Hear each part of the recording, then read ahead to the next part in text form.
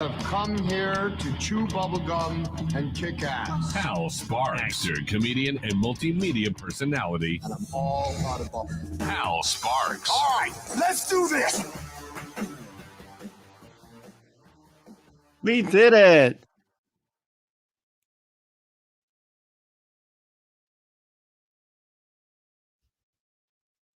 Yeah.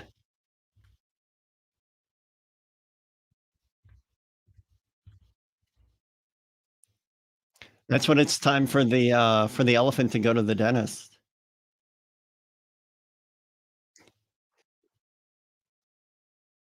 Mm-hmm. Thank you, Groucho.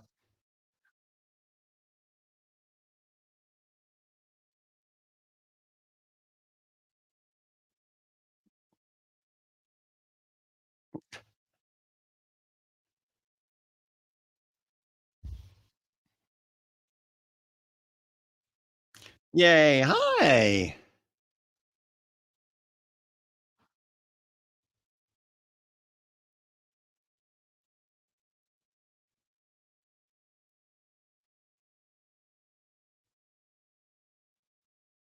Absolutely.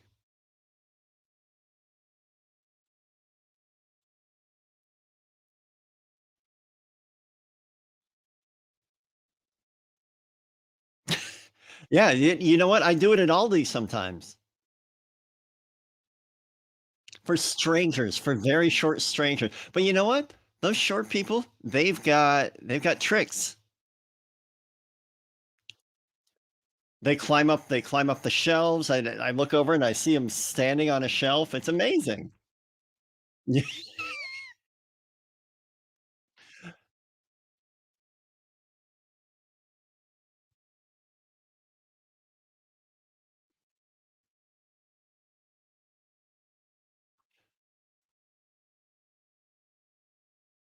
No sound, no sound, no sound, no sound, no sound, no sound, no sound. Muted, you're muted. Hal is no Yeah. sound, you're muted. Why Muted. would that be? Muted. Hey, there I am. Muted. So Look down, It's Hal. some- You're muted. solid Move. ways of something. I Sound. got it. Hal muted. I got it. Hal's lips I are know. moving. I know. I can see it. Yes. we Audio, get- yes. audio. Thank you. Thank you. I can see what it says. It's 2 minutes behind. We're fine. Johnny, So, keep talking. We're a radio. We need sound. Yeah, that's right. now I can't hear you, Hal. Whatever you did was so good Really? that not a radio doesn't have sound. I That's don't here, have Johnny. sound. There you Ooh, go. Check. You hear Johnny, There but we now go. you hear me. You hear me and everything? I hear you. I don't know if We Chet hear you. hears you yet. Okay, good. See, that was fun. Please carry on. This is what happens when I just start smacking buttons. Hello. In the middle of of everything. See, okay, it's a great example. It's a great setup. It's a great, for this particular story. Is it rough? Is it difficult dealing with some of these things on our own, on our little shoestring show that we do here, Johnny Million, every Saturday? Yeah. Yeah, it's difficult. But is it as difficult as losing, I think, something in the order of $450 billion, That's oof. over the course of the next whatever couple of months? And hold on. I lost a $100 gift card that I bought to give to someone, and I realized that they didn't want the gift card, so I just held on to it and said, "Oh well, I'll go shopping with this gift card later." When we moved, I lost it. Oh. I was devastated. I think about it all the time. Yeah. There's $100 somewhere. Yeah, there's a $100 gift card out there that could be turned Somewhere. into any myriad. And I think that's really what it is. People will often get caught up, and they'll say, "Money is the root of all evil." But I don't know any. Yeah, first, which is absolutely not true. It is just absolute that money is not the root of all evil. I'm fairly certain nougat is. Hear me out. Yeah, it is the center of most useless candy, and yet you can't stop eating it, and it is Cannot. It's useless calories.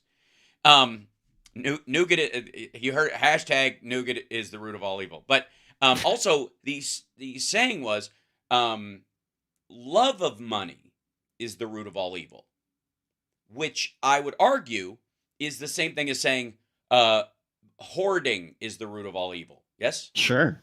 because that's really what you're doing. If you're just getting money together just to have a big pile of it, like you're Scrooge McDuck, you're not really. It's always Scrooge McDuck. It is always. I mean, what better mental image of the aimless capitalist, I suppose, is in people's heads than Scrooge McDuck, who like coins for coin's sake, like dollars for dollars' sake, which is what the love of money would give you. And by the way, I'm enjoying your Tears for Fears, sowing the seeds of love background that you're putting up on the back of this. Sowing the seeds of love. Everything is possible. Thank you. We could do that all day.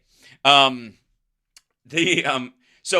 it's that love of money that's the problem. It's the wanting money for money's sake. Because to me, and this may be, a flaw, I'm willing to, recognize this in myself, that money is never money to me.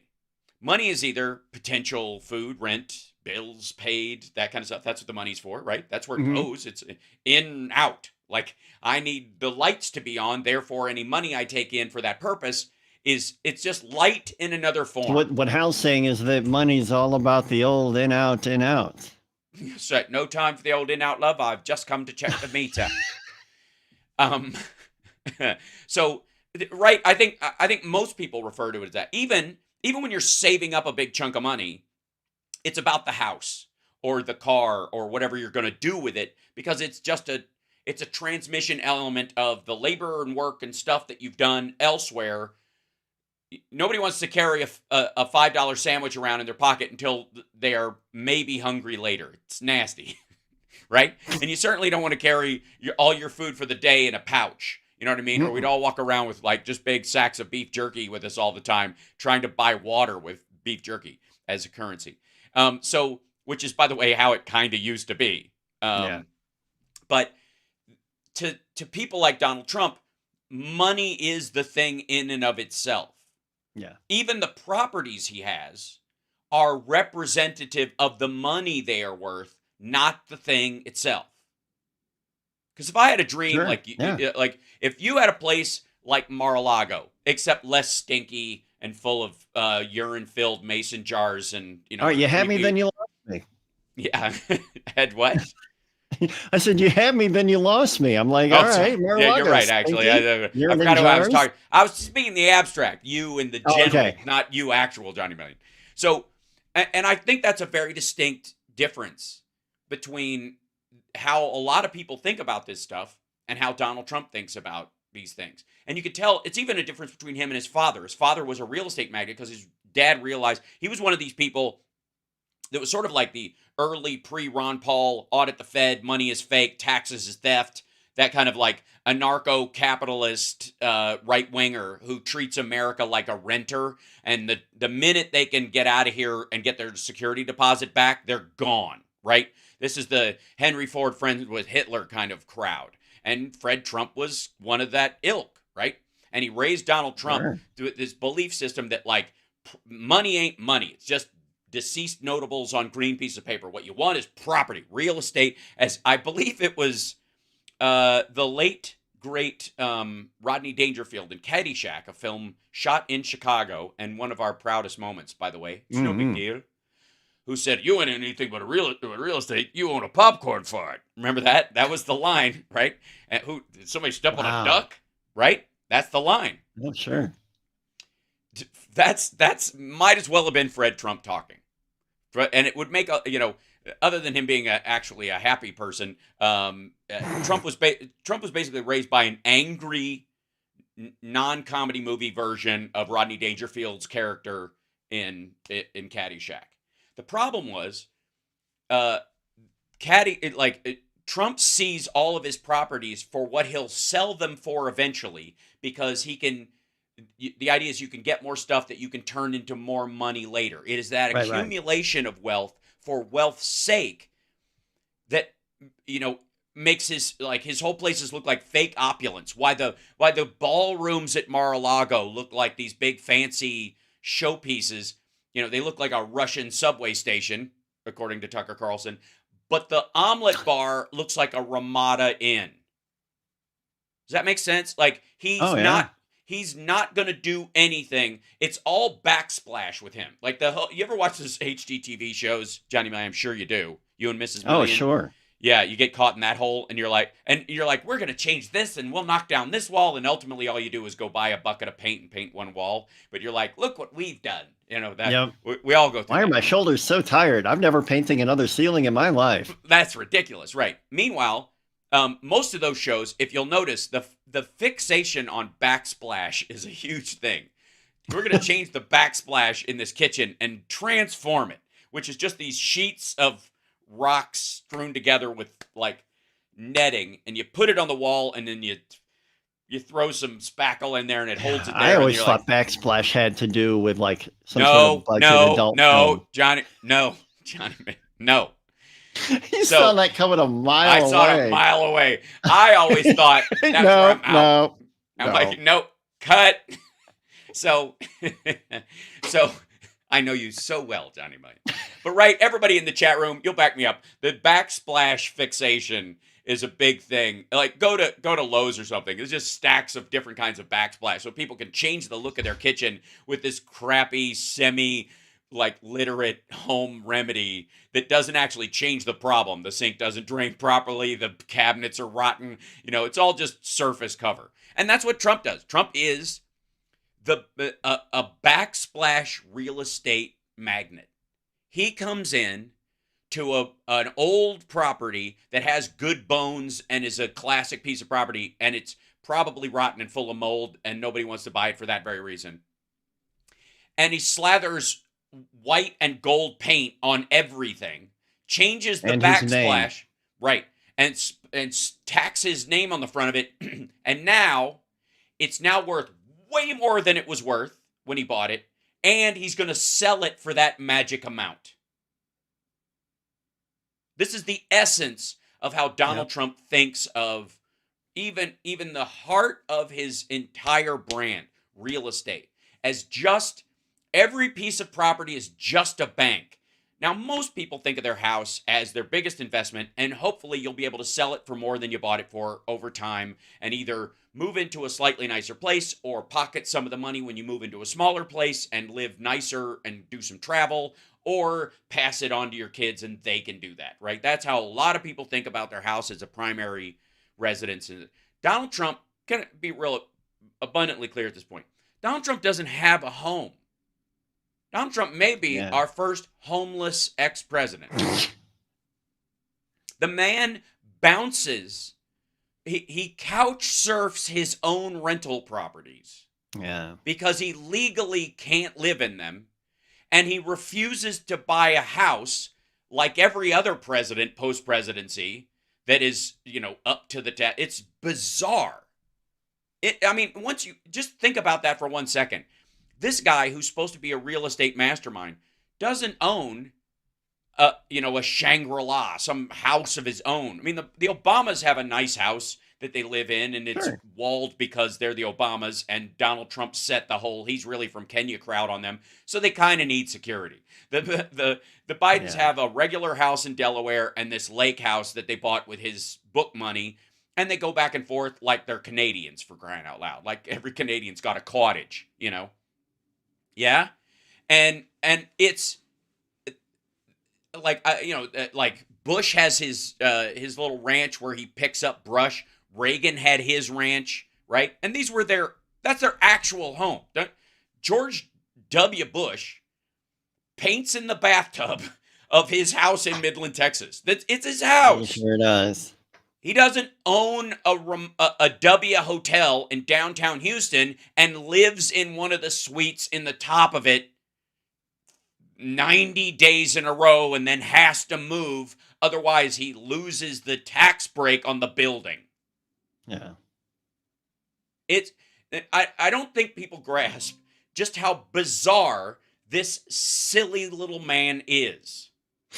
And the fact that he lives in these properties that he doesn't even consider a home. He doesn't consider them important. They're all just for show. They're all backsplash, spackled over a crappy wall that he's got a safe hidden in that's got cash that may or may not be there, but you're going to give him a loan based on what cash he says is in the safe behind the wall, hidden behind the backsplash. That's the whole game. That's the con.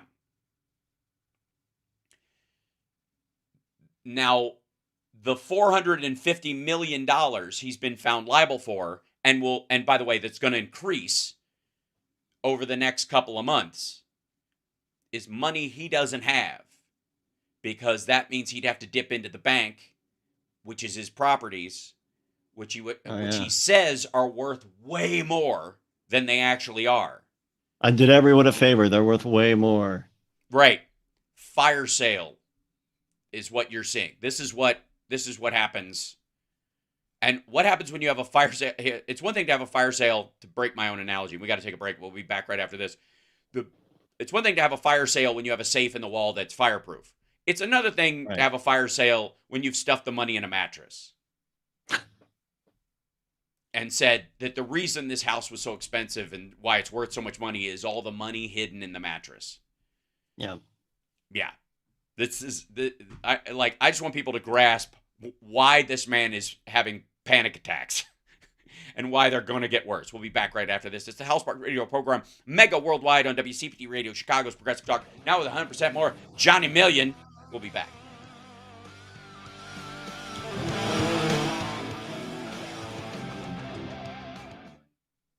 Hey, Hal? Yes. Would you like me to combine your 15 and 30 break to this one so we don't have to take an extra break this hour? Sure. I mean, I don't mind. I don't mind that we have to do that, just simply because it helps me to pace the show in some ways, so it's okay. I just got to grab I'm just in the process of I got to give the link. Andrea, I'm going to give you the link for the new room so that Phil can get it. Oh yeah. There you go. And the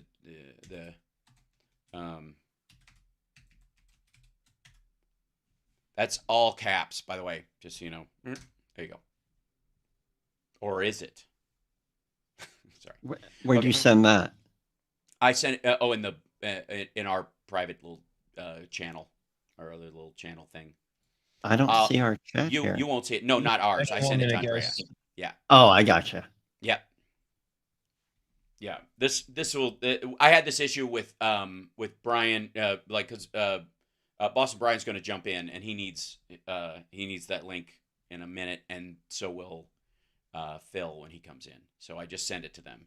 I just had to get through that chunk. How much time? Sorry, Chicago. I was in the middle of 39. Thank you. Thank you you very much. Yeah. All right. All right. Then, let's see. And I'm going to try and get, there's Johnny. And that's not Texas Paul. He's not up there. Turn that off. And then I think, yeah, this will be all right. Yeah, when Brian comes in, he might be popping in a second. 10. Thank you. Thank you. I'll throw him in that one. Welcome back to the. Hang on. Back to That was on me. Oh God. Welcome back to the House Park Got trigger happy. Mega Worldwide. Thank you. Welcome back. So Johnny Million, the story we were talking about before the break, $450 million in total money that Donald Trump has been fined so far, including the $354.5, $0.6, $0.7 million and the inability to do business in the state of New York for the next 3 years. He can't start a business or run a business. Neither can his kids. Don Jr. and Eric both fined $4 million each. Ivanka dodged anything, and she's the one that can afford it. That's the funny part. Between her and that $3 billion wealth fund that the Saudis set up, I think, what is it called? The Jamal Khashoggi Memorial Wealth Fund that was set up between them and the Saudis.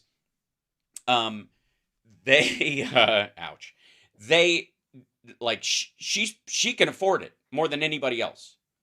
Now, let's be abundantly clear. The irony, I think, in this situation with, by the way, I don't know if they have the $4 million.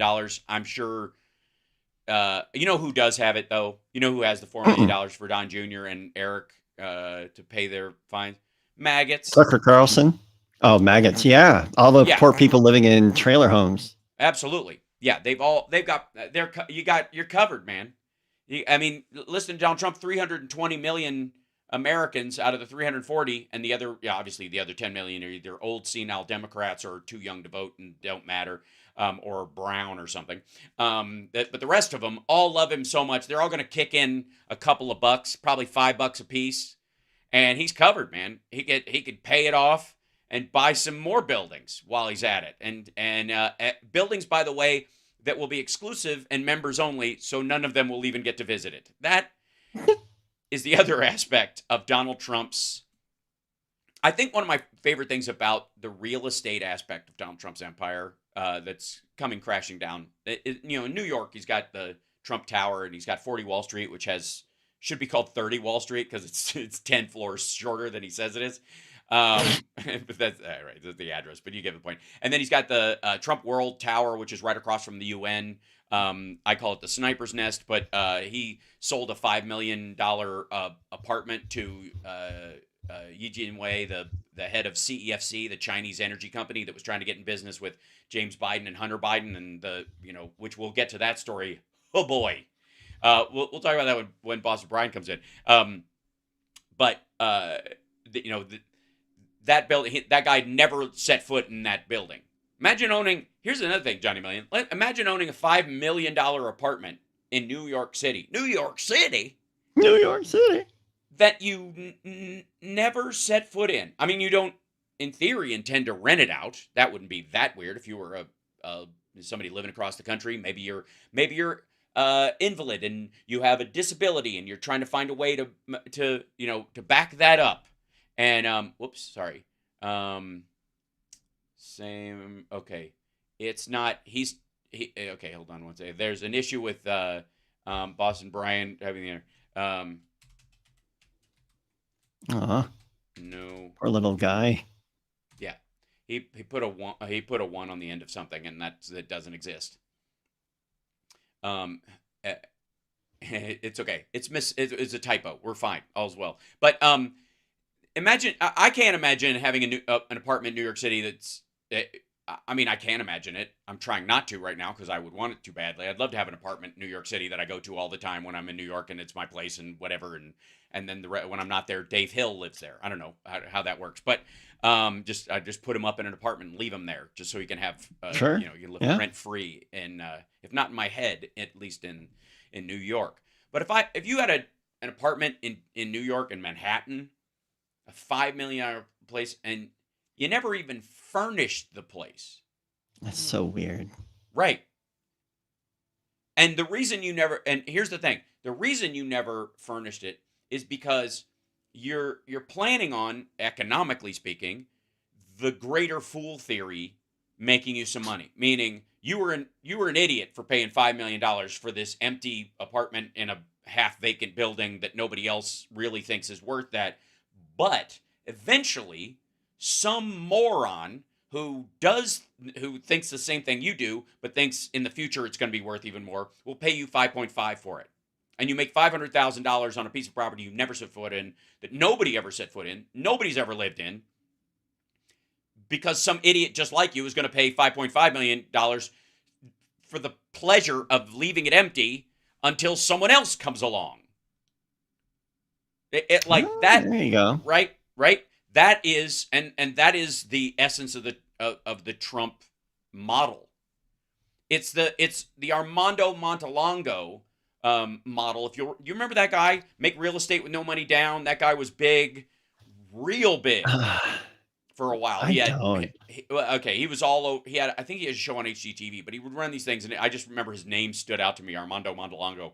That's a good name. I was like, if that guy wasn't a real guy, that's a character I would come up with. You know what I mean? Absolutely. Like that's right.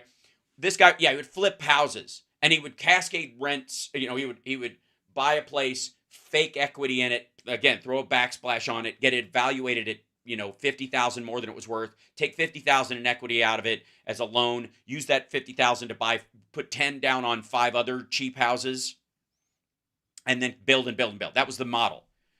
When do you think that guy was real big? When do you think and then wasn't anymore? Yeah. Any idea? 2008. Yeah, I was about to say 2007. Yeah. Yeah, 2007 into 2008, the whole build was coming. And then 2008, that whole model just magically went away. That, like, you've stopped hearing about the people doing that. I mean, it's starting to pop up here and there, like make money in real estate with no money down. It's very rare at this point because they're going to try and get people back into real estate. Mostly it'll be commercial real estate at some point, which is Trump's genius that he got into commercial real estate right before 2020. Oh God!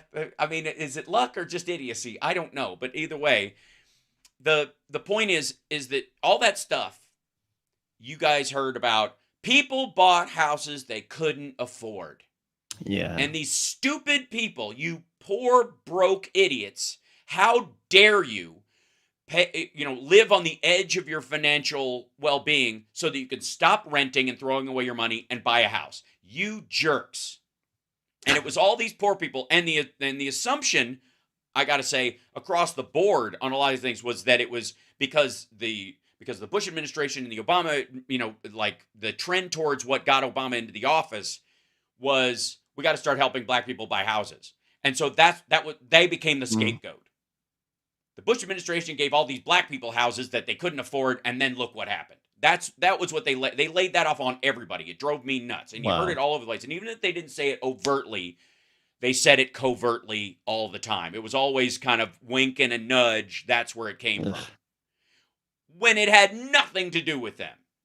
It was these rolling stack upon stack BS mini empires that idiots like Armando Montalongo were not only creating himself, but his followers were creating, that stacked dozens of houses upon houses, like this house of cards, single individuals with 13 houses, 12 of them empty.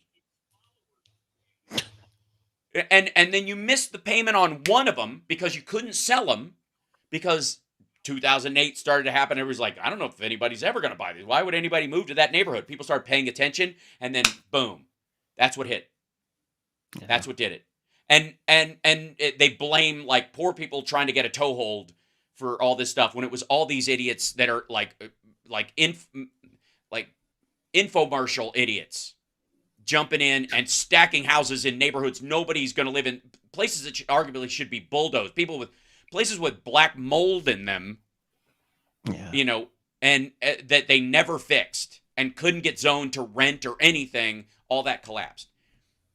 That, for whatever you feel about, and I see Brian waiting in the wings, so we're going to bring him in here in just 1 second. But for all the people blaming poor people with one house for trying to hang on in 2009 and 2010 and, around that, like, they lost, giant organizations losing tons of money, causing a cascade effect on businesses not being able to borrow money to pay their, their rolling line of credit, which is how they were paying their employees, had to lose employees. Those people lost their job. They were making their payments. They were doing just fine. They had one house and that was it. But their whole nest egg was destroyed by these idiots doing this stacking stuff. That is what we call the ad absurdum of a particular philosophy, which is, oh yeah, you can buy this. You don't even have to have any money. You can just buy this thing, and there doesn't even have to be equity in the property. It doesn't even have to be worth what you say it is. You just paint it, and then some idiot will buy it. It's amazing. And that lie is exactly the Trump method. That is on a grander scale. The only difference between Armando Montalongo and Trump's BS is that Trump was arguably too big to fail for these banks. And he was able to work the system because of the properties his father owned that were giant brick and mortar things that everybody assumed were worth something, even though they're half empty in Manhattan. I'm going to take a break early real quick so I can bring Boston Brian in to join with us on this, because I will get on this diatribe and I will not let it go, because I will be like a dog with a bone, and he knows it because he gets that way as well. While you're in the break, think about patreon.com/Boston Brian, and we'll be back right after this.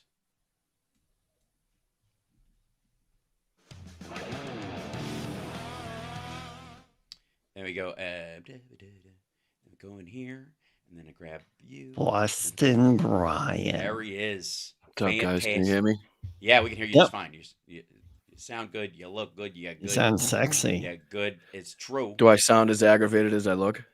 Am I making you aggravated? Is my talk aggravating you? No, not even close. No, I had to disconnect everything from everything this morning because nothing was working. Yeah, we all had a rough morning. Got everything connected about 30 seconds ago, and then apparently the password has changed and the room has changed.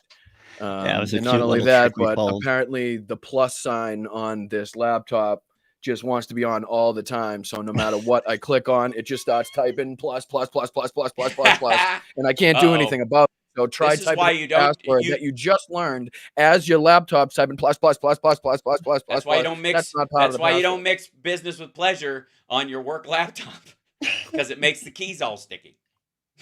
Unreal. So, other than that, things are great. Yeah. Sounds like it. It is, and you're fantastic, and we're glad to have you here, and all's well. This is how we roll with it, man. Yeah. So what'd you get hacked? I don't know what the main cause of it was. I'm never. I'm more apt to just assume that there's a bug in the software. You just have to, like, if you use something over and over again on any of these sites, that it'll just take a poo. But first it time is I've heard very anybody possible. complain about too much fill. Yeah. Let's see. Hold on 1 second. Move this down here. There we go. So yeah, I mean, there's a lot of issues, with, anytime you're using a free piece of software, you're gonna run into, well, that part of it doesn't work so good, but other than that, it's fine. Back in 60. I can't. Pardon my ignorance, but what were you discussing as I was frantically wiping the sweat off my brow? Well, we were talking about the $450 million, $500 million that Trump owes, and the fact that he has no idea what real estate or money means, and it's just he's a type of millionaire. He's a hoarder. I mean, there's no other way to put it. Like, he doesn't enjoy any of the stuff he has. The money he has might as well be stacks of newspaper emitting carbon dioxide into the apartment. Yeah. Well, I think he tries to overcomplicate everything to make it so it's almost impossible for anybody to figure out the weeds. And like you said, I think he just said he was too big to fail, right? So these banks had so much leverage on this guy that if he would have just go away, and they would have been held to pay for the loans that they'd given out to the guy. Right. 10 seconds. Thank you.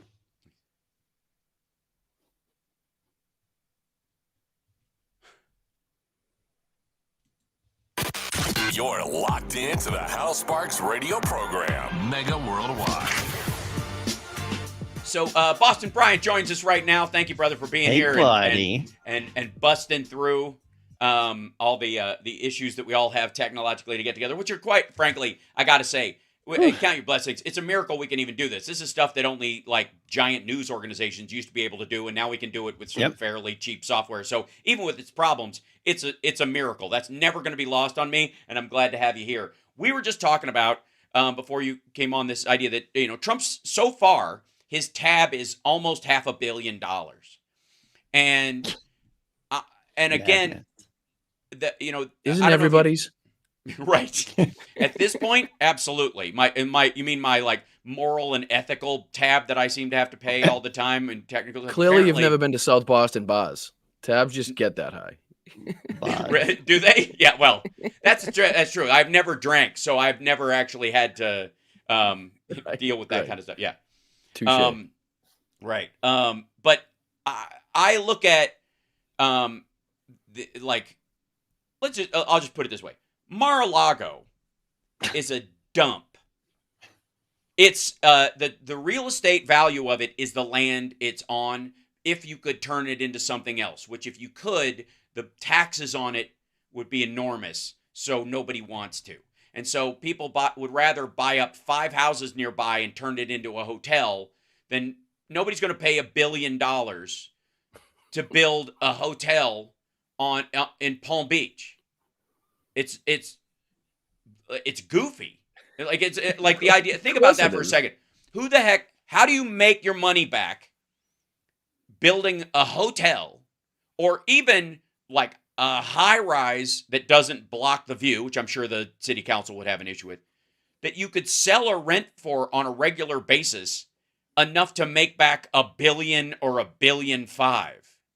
Yeah. I mean, if it's worth $1 billion, just show me where it says that it's listed for $1 billion or has ever been listed for anywhere near $1 billion or anything along those lines. Because if it's worth $1 billion or $1.5 billion, there should be some sort of paperwork or document to, to give a valuation of such. Well, here's the thing: if it's worth $1.5 billion, easy. And everybody knows it, obviously, as Tucker Carlson likes to say. Obviously, everybody knows it, and everyone knows it. If it's worth that, go get an equity line of credit for $1 billion. Get a loan on 2/3 of it. You still got 1/3 of it in equity. You got $500 million in equity in this property. You can take out $1 billion loan, a $1 billion loan on this if it's really worth that, and buy every other house 5 miles in any direction. Right. I like the idea and his the reason he says 10 to 100 times more than they say it's worth, which would be, 180 to, or it's just 50 to 100 times, I think, right? So he's talking about $1.8 billion, like a 900 at least. What did, just for comparison, what did the Sphere in Las Vegas cost to build? Oh, that's a good question. I'll look it up right now. Because I mean, the technology that goes into that, the size of it, the location, right? 2.3 billion. So I mean, come on. So yeah. So Mar-a-Lago's worth half of the Las Vegas. More than half. Why didn't they good point, Boston Brian. Why didn't they just build 2 Mar-a-Lagos and call it a day? People love that place. right. I mean, I know a lot of people haven't been to the Sphere, but I know everybody who likes a good omelet bar behind a red velvet rope in a weird, using an IKEA like particle board furniture for the. They could do like little gold gondola rides around the property. Yeah, that'd be great. Yeah, and you could fly in real alligators from Florida, which by the way makes it a great place to raise children. I mean, but really, just think of that. I mean, just even think of some of the most expensive properties in the United States that you've heard of and what they look like. Bill Gates's properties, or in Washington, or any one of these huge California mansions. I mean, there's no comparison as to what they look like and what they're worth, and what Mar-a-Lago looks like and what is actually worth. Especially with, like you said, you can't. All these private homes, you can. If you had enough money, you could buy it, knock it down, and build whatever you want on that land. You know what I mean? If you got the money to do it, you can't do that with Mar-a-Lago. Yeah. I guess Madison Square Garden owns the Sphere, right? Owns they're the company. Oh, really? The MSG, the company that does that. Yeah. And the original price of it, when they cost overruns because it was expensive and stuff, sent it to 2.3. But the original cost was $1.8 billion, which is exactly what Donald Trump says Mar-a-Lago is worth. The insanity of that is just ludicrous. I mean, just forget the projectors on the outside of it and the design elements and the new technology and whatever, the size of the place. It has 160,000 foot LED stage screen. Though? The stage in the ballroom there at Mar-a-Lago is something to behold. It's something else. You two could definitely perform on that stage. Oh, it's magic. You could put so many documents on that stage. According to Donald Trump, Mar-a-Lago is worth more than Allegiant Stadium. It's worth more than Madison Square Garden. It's worth more than 666 Fifth Avenue, which is my dream building that I'm going to buy at some point. Don't forget, Super Chat away. Help us buy it. And I know a lot of you are saying how you could never afford to buy 666 Fifth Avenue with Super Chat money. It's not enough. And I would say Jared Kushner couldn't afford it when he bought it either. So hope springs eternal. Right? Don't talk to me about what I can't afford when we're literally talking about people who have faked being billionaires for decades and written books on the subject.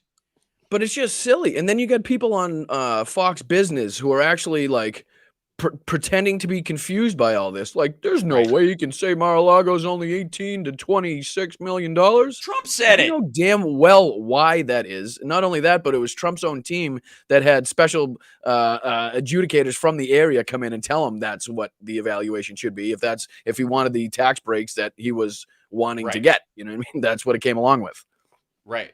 That's the and again, just like the gold laminated and mix of paint and my favorite part I think of the last week, and I think this summed it up. I think I might have been all in on the idea that the place is worth something.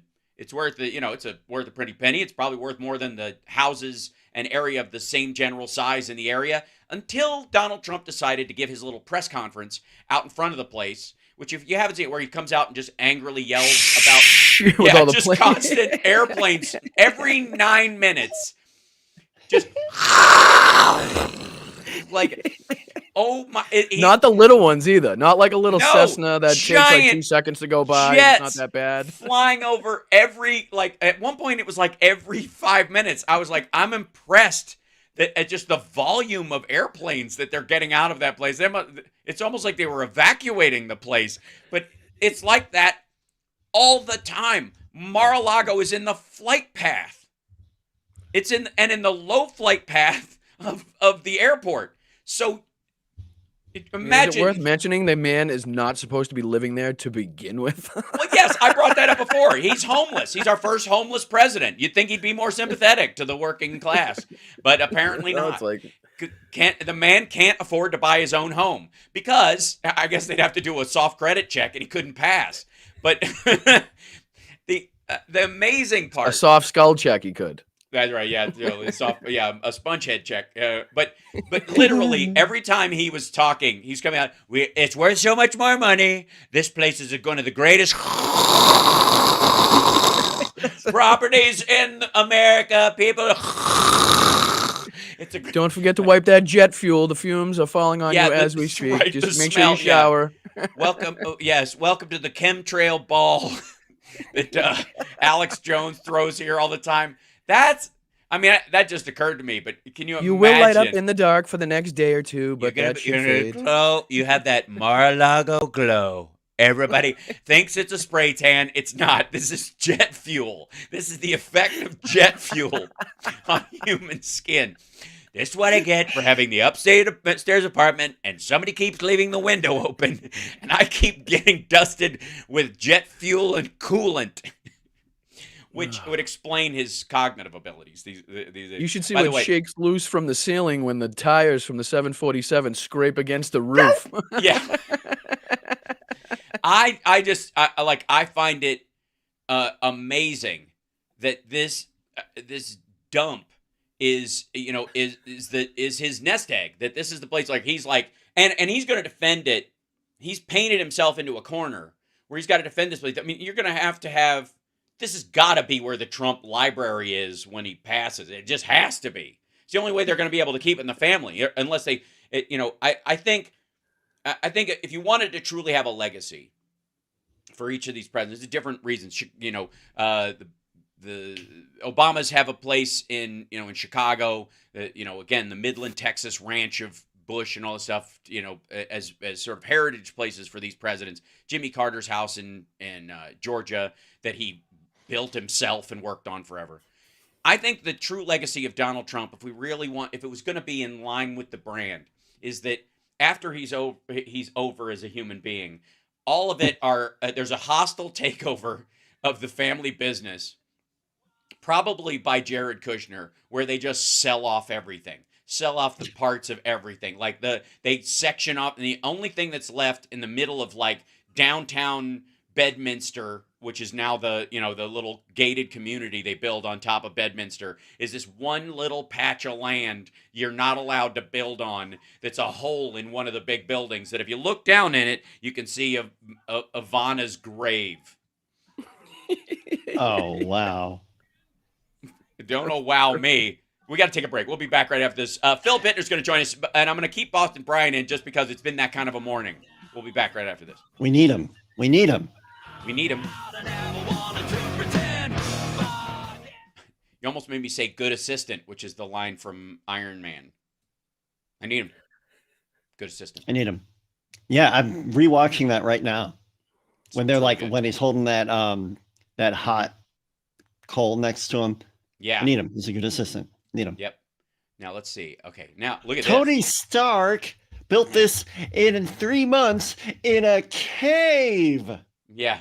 I'm not Tony Stark. Right. I've got to add a name. How good is Jeff Bridges in that movie? He's so good.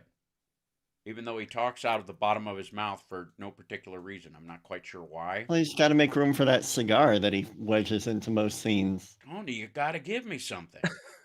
And boy, when he comes back from New York, the board meeting with the pizza, God, I want pizza so bad every time I see that. It's tough. Yeah, it absolutely makes you, It's like, Are you an Iron Man nerd, Brian, or are we just like geeking out too hard?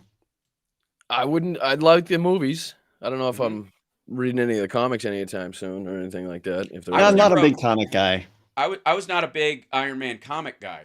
I like the movie, and I like Robert Downey Jr. and I like his redemption story as a human being. I'm very happy that he and the fact that that Favreau cast him because of everything he'd gone through. Yeah. Well, I like the dry humor in it. You know what I mean? Yeah. There's a lot of, the snarky comments and, not just the regular action shtick. I'm watching for Phil. He's having issues too. Should be fine. He might be trying to use the old link or something. Maybe he's also got to talk about with him, huh? He's got to pound the milkshake that he usually has before he comes on. True. He's big into dairy. What? he clears his throat a lot. Oh, I see. So he's got to have a milkshake. Yeah. How's your milkshake, Phil? There he is. I heard it brings all the boys to the yard. Ouch. I wouldn't doubt it. That was Come on, somebody had so to. satisfying because he said yod. Yeah. Milkshake brings all the boys. Judging by Phil's face, he couldn't hear what we were saying. Yeah. Phil, can you Oh hear wow! us? Look, I'm so tall. He's working You on it. can't see me. I was working on I'm stuff when you. so tall. Yes, I know. How are things down in the valley, little sprout? All right, mister. I got you. Down in the valley so low. Oh, I heard Phil, I think. Can we hear you? Yep. There he is. I'm here. Oh, okay, cool. I'm going to have to... Yay! Why am I moving around? Damn it. Lock in, Oh, God. jerk. Yeah. I'm flying. I'm flying. All right. Whoops. Why is this? Lock in, you goof. This is what happens when I have to do something live. This is I would call this the curse of lock. I can't imagine the number of scenes that you have, Hal. Oh, it's absurd. OBS is so. I just finally figured out how to lock OBS to keep like accidental hotkeys from turning every resource off. Right. Yeah, you lost me at hotkey. Oh, did I? No. Let's see. Okay, and I think that that's locked. We're good. Excellent. Now, lock me in there. Lock it. Oh, I don't move. Lock it. Mm-hmm. We're back in 20. Thank you. Thank you. Chicago. All right. Oh, and I gotta bring Phil's volume up on this end. There you go. Can you check for me, Phil? I can boost mine over here. Boost 1, 2, 3, 4, 5. Hello. Keep going. Hello. Keep going. That's as far as I can go with my on Okay, my that's end. fine. I'll bring you up the rest of the way here. She said. He's just getting it out of his system. Thank you, Brian. You're listening to the Hal Sparks radio program, Mega Worldwide. I've had people walk out of me before, but not when I was being so charming. Video streaming at halsparks.com. I don't care for you if it's a putrid sludge you're troweling out. Puss-faced little pimp stick. True progressive talk. Might be a good time for you guys to give up. Well, this is our, it's a good first attempt. We shall see what we shall see. But joining us right now, Philip Bittner is live in Kiev. He's joining us in Boston. Brian's still with us. Johnny Million, there you are. And there you'll stay. And Here I am. Yes. Welcome. how are you, Phil? First and foremost, I'm okay. I'm all right. I spent the day pushing back against Russian talking points and tankies and what as have you you. do, So right? Massive misinformation campaign going on right now online. Right. Huge.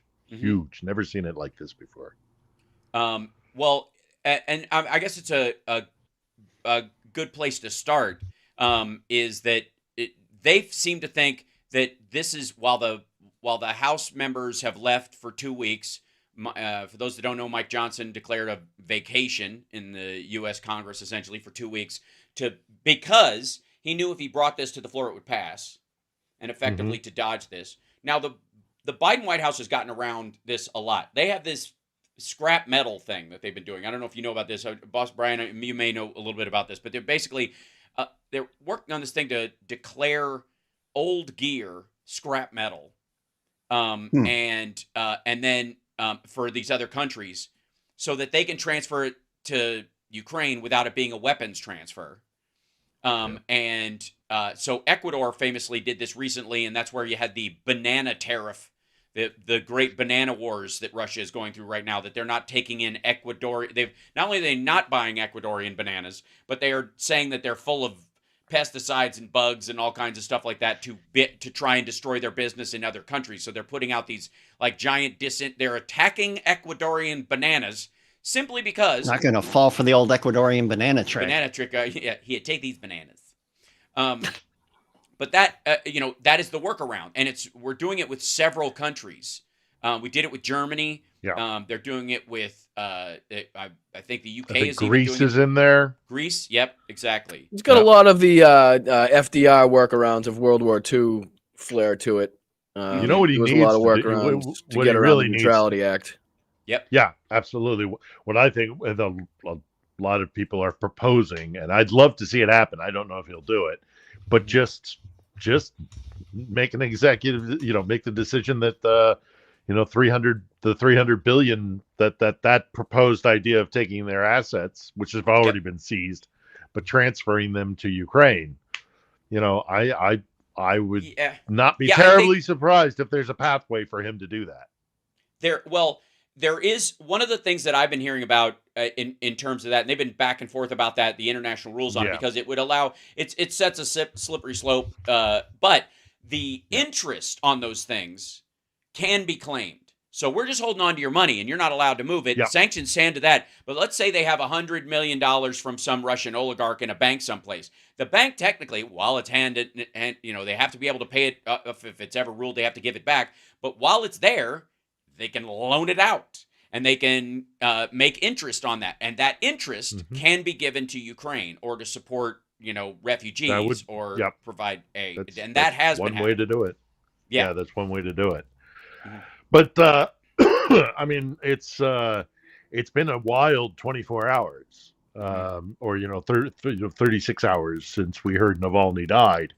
Yes. And the massive campaign that's going on there, and the fighting in Avdiivka, which looks to have fallen to Russian forces.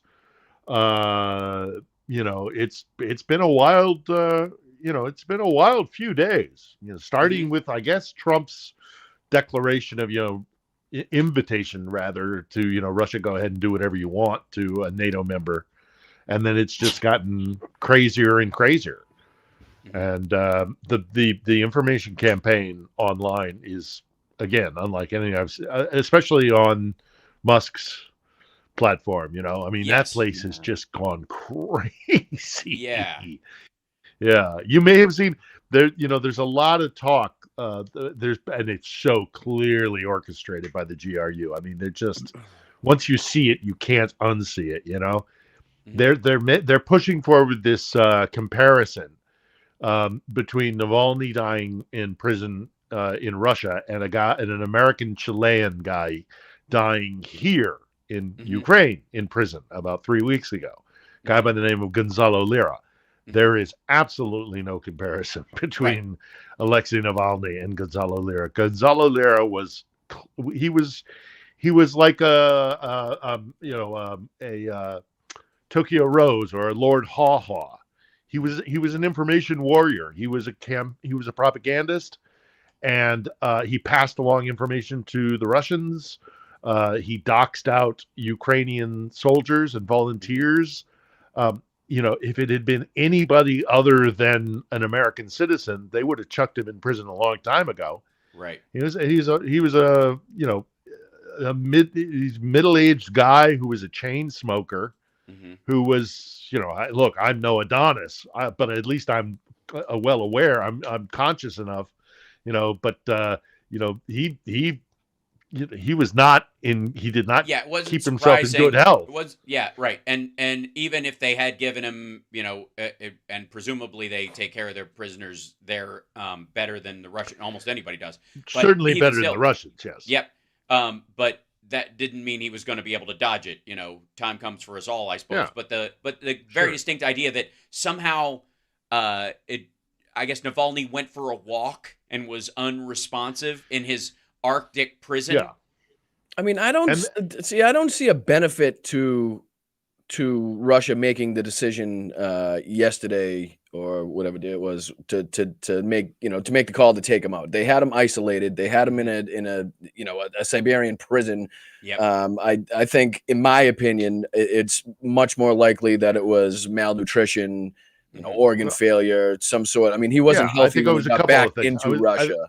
Ultimately, Russia and Putin are directly responsible for the man's death. But the way that people are saying that he was assassinated kind of paints a different picture. It almost makes it seem like this was a direct attrition. order from Putin went down yesterday to end it, basically. Well, and I think the order happened a long time ago. Is the argument that we're going to slowly murder this guy? We're going to torture him to death by starving him, putting him in terrible conditions, and the like. Which is how in modern times, that's how you get rid of the politically difficult if the eyes of the world are on you and you're trying to pose as like you have a real reason for whatever your fight is in Ukraine or something like that. Right. You got to well, I don't know, he seemed fine when I left the room. That kind of argument. You can't. Well, it certainly wasn't for elections, because let's face it, Putin has elections wrapped up tightly enough where he wouldn't have to make the drastic move to take out Navalny in order to ensure his victory. Although they were arresting people for laying, I guess, flowers at this site for killed political activists in Russia. They rounded people up for daring to, some people were doing it kind of quietly, keeping themselves. They just put a rose and split. But some other folks were protesting. They got arrested and they're gone. I just think he was almost more beneficial to Russia being alive, being able for them to drag in front of the camera every now and again to be like, look, he's still alive. He's still here. Kind of keeping the pro Navalny, anti-Putin underground, let's say, kind of at bay. Now this kind of almost risks sparking some sort of uprising. Agreed. You don't, not necessarily saying that's going to happen, but you're always taking that shot when you take out a person that's as loved and let's say, cared about as Navalny. Mm-hmm. You could always stir up, some emotions with people, and next thing you know, one thing leads to another. I also don't, everybody was putting around that quote from Navalny, that was going around the documentary, if you're reading this. And I kind of think that's a pipe dream as well. I kind of just think if the pro-Navalny group were that strong and have been that strong, they would have taken more advantage of the whole Prigozhin fiasco and incursion into Russia. That would have been the time to kind of, make your voices heard and the time to strike if you really were that strong to make something happen in Russia. But again, this is just my opinion, and just I don't think we'll ever really know the full story. That's why I'm almost tend to believe that the Russians did try to resuscitate him. You know what I mean? Like, oh crap, this isn't going to look good, especially where they were getting good press, whether it be people hate watching or otherwise from Tucker's interview. You know what I mean? Yeah. A lot of people saw that, whether it was for hate watching, whether it was for, because news agencies needed to get the clips and they played some of the clips on there, or, people that actually listened to hear what Tucker and Putin had to say. I mean, he was getting his history lesson there heard by many people. So, and and a lot of people were also saying, I've heard, that they were trying to take focus off of the recent oil refinery losses in oil strikes. And it's like, I don't see that either, because I don't see it hanging around in the Russian news cycle long enough. I don't think Putin would want Alexei Navalny's name splashed all over the nightly news that he controls for so long. I mean, the whole point of isolating him is so he doesn't hear about it. I hear you on that. I would argue that there is the physics of a mortar round kind of idea about a story as well. And you'll see this in politics all across the world, and we've seen it recently here in regard to like the border bill and the like, is that where the argument's gonna land in a few months, so you take the hit now, so that by the time you reach this one particular point, it's in the past, and there's so much stuff that's happened between now and then, that the idea is that Russia might be planning some sort of purge effectively of anybody in, they got to cover their flank after the election. As soon as he's reelected, he can just start purging people that he needs to get rid of. And so to do this now, even though it's messy, better. They had him They had him under control. They had him under wraps. I mean, he's isolated in a Siberian prison town, for crying out loud. I mean, what? But that was it. I would also agree that drew attention as well.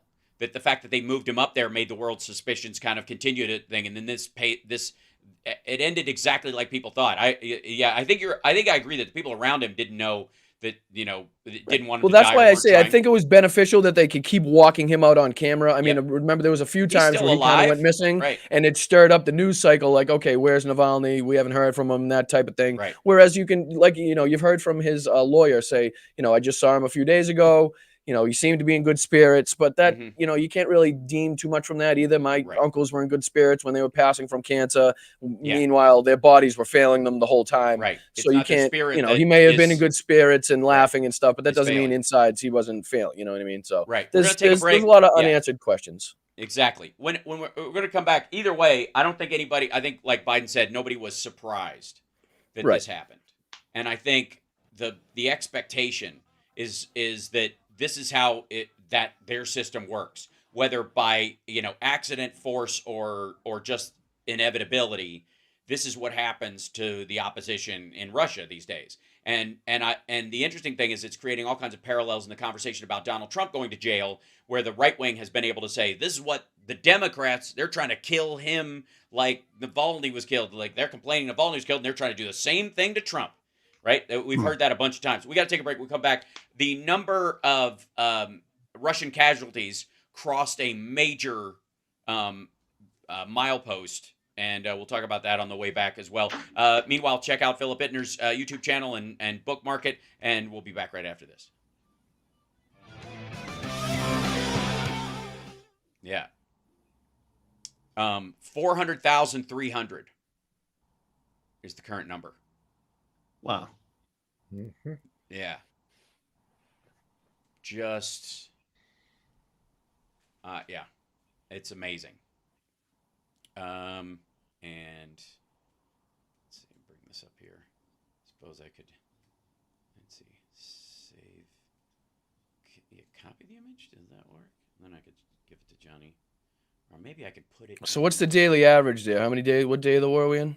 It's it's even 722 or something like 30, that. Something like that.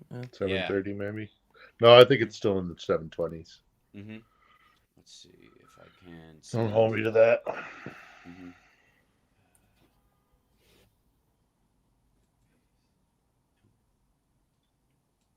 Oh, my audio's a bit low coming your way. Okay, check. Hey, what's going on? Hey, how you doing? Check one. Hey. Now you're gone. Hey. Now you're gone. That's weird. Check. Hey, check. Can you now hear you're me? back. Okay, good. Mm-hmm. I don't know what the hell that is. Super weird. It's contagious today. Yeah. Gremlins everywhere. Coming back in 10. Thank you. Thank you, Chicago. I'm just not going to touch anything. Like I want. There's so much stuff I want to. That's how I was doing it the last time. My camera was going weird. I'm like, I'm not touching nothing. You're locked into the House Sparks radio program, Mega Worldwide. Welcome back. So the the death toll and the casualty count in Russia continues to climb in their war of ego against Ukraine and I guess the rest of civilized society, and that number crossed the 400,000 mark, which I predicted when our dear friend Philip Bittner was on with us on Wednesday. We could you could tell that in the next 72 hours it was going to clear that number. Just horrifying. The volume of dead and this and I think and I guess this would be a question for both you guys since you've had a lot of experience in Russia and in war zones, Phil, and Boston Brian, huge World War II fan, the volume of people killed in this is extraordinary. I think it's historically large now. Well, they were determined. A lot of that came in Avdiivka. They were determined to seize Avdiivka, and the reports are from out there that they just flooded the place, and they overwhelmed the Ukrainians. So the Ukrainians retreated. Then they sent in the 3rd Assault Brigade to help get those guys out, so that that they held position so that the rest of the guys, the 110th I think was in there, that they were able to withdraw from Avdiivka, which Russia has been trying to seize for 9 years. So they were able to. The 3rd Assault was in there, and they were just grinding up the Russians. I mean, they were taking significant casualties as well. Although I'm told by someone here who has direct contact with 3rd Assault, is that they took casualties, but they're still intact. So it's obviously it's not good news, but boy, did they make the Russians pay for Avdiivka with every inch that they went. So it's not good that they withdrew. They withdrew in no small part because we have let them down profoundly, and what is happening in Congress and the lack of sending shells here and actually supporting these people as we promised we would do. There's no doubt that they lost Avdiivka in no small part because of it. They did manage, however, today to, in typical Ukrainian fashion, draw out 3 Sukhoi 35s, these advanced fighters with fighter bomb capability. They drew them out with a feint, and when they drew them out, they got into position of air defense batteries, and so they knocked out 3 of these things in one day, which is pretty good in a single day. And I've been out there. I have been out there. So all this conversation of like Avdiivka is this major defeat, and it changes the metrics of the war. I mean, it's a loss for sure. That's not a good thing. But they have fallen back to positions. After Avdiivka, what happens is the terrain out in the Donbass turns into these long sloping not plains, but fields, where separated between bocage. Like, Brian, you know exactly what the bocage did to our troops in Normandy, right? Mm-hmm. But add to the in addition to bocages, separating these fields, these are long fields that slope up at a low ratio there. So if you were able to put defensive positions along the bocage there, along the tree line, as the Russians come up out of Avdiivka, they're going to get slaughtered. They're going to get absolutely slaughtered. So they're actually, and this is not trying to, turn a turd into a diamond, because it is bad news. But they are in a much better defensive position than they were trying to hold Avdiivka. And, if the Russians, it's not like this, again, like Bakhmut. And I remember when Bakhmut was, this whole thing, and if Bakhmut falls, there's going to be this collapse of the Ukrainian forces. No, man. There is defensive line in depth. They are ready to receive. And if the Russians come up out of Avdiivka and try to move west, they're going to be pounded. Again, again, because their armor is going to be in open ground. And even with a lack of shells, the armor that the Ukrainians have will make the Russians pay for it. So, but yeah, they're slaughtering them. They're going to get to 500,000 in, I mean, goodness gracious, when spring comes on and the fighting really resumes, they're gonna cross the 500,000. They're gonna be 500,000 dead Russian soldiers. Hal. Can't hear you. Yep, we lost you, Hal. Check one. There we go. Hi. There you are. Yep, you're back. Yeah, just magic. I was saying that in less than 90 days, that there is going to be 500,000 dead Russians. And how far away is the Russian election? March. Yeah. So 2 months after the election, less than 2 months after the election, the first thing that the newly elected, reelected Vladimir Putin is going to confront everywhere is the fact that his country has lost 500,000 people fighting for ground they could have just struck a trade deal with and paid a minor fine or what have you. To that point, fees.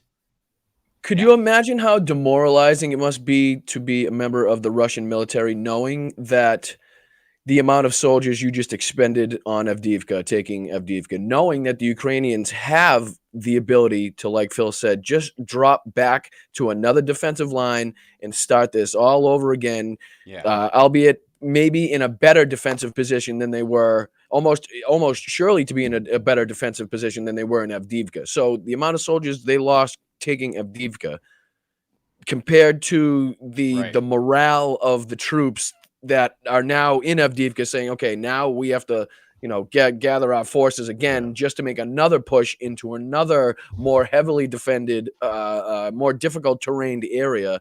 It's got to weigh on the psyche of these people. Beggars belief. Where are they going to come from? But they're abducting migrants. The Russians are abducting migrants and conscripting them in their own country right at this point. But also I'm for sure that this is a morale boost. Taking out, let's not pretend this is going to be a morale boost, but it will be, I suspect, short-lived, because I think they're just going to be sent back into the meat grinder. One of the things that Putin is said to be considering and waiting until after the election is another round of mobilization. Mm-hmm. Is that he's going to wait until after he has been, and of course he will be reelected. And then he's going to call for another round of mobilization, and that's just, I don't know how that's going to be received in Russia. I really don't. I mean, 500,000 dead, and you guys were talking about Navalny and why now and all the rest of it. Navalny, it's true, did not have a large percentage of supporters in Russia, but what he was a lightning rod for pointing out the corruption of Putin. And because of his work with organizations like Bellingcat, and let's also look. Let me say first and foremost, I was no fan of Alexei Navalny. Navalny was a very complicated man. I've spoken to people. I never met him, but I've spoken to people who have. Nationalist as well too. Yeah, absolute nationalist, an egomaniac with a savior complex, and a dyed-in-the-wool Russian imperialist. Mm-hmm. He was no saint, but what he did do effectively was pull the curtain back on all the corruption of not only Putin but Putin's cronies, and that in an election period probably wasn't going to sway anything. But because Russians are notoriously cynical and fatalist anyhow, but at least they wouldn't be able to ignore it when they went to the polls. And so, but as you also both mentioned, and rightfully so, as with Gonzalo Lira in the Ukrainian prison here, which, look, there need to be reforms here. The prison system here is still a holdover from the Russian influence and the Soviet system.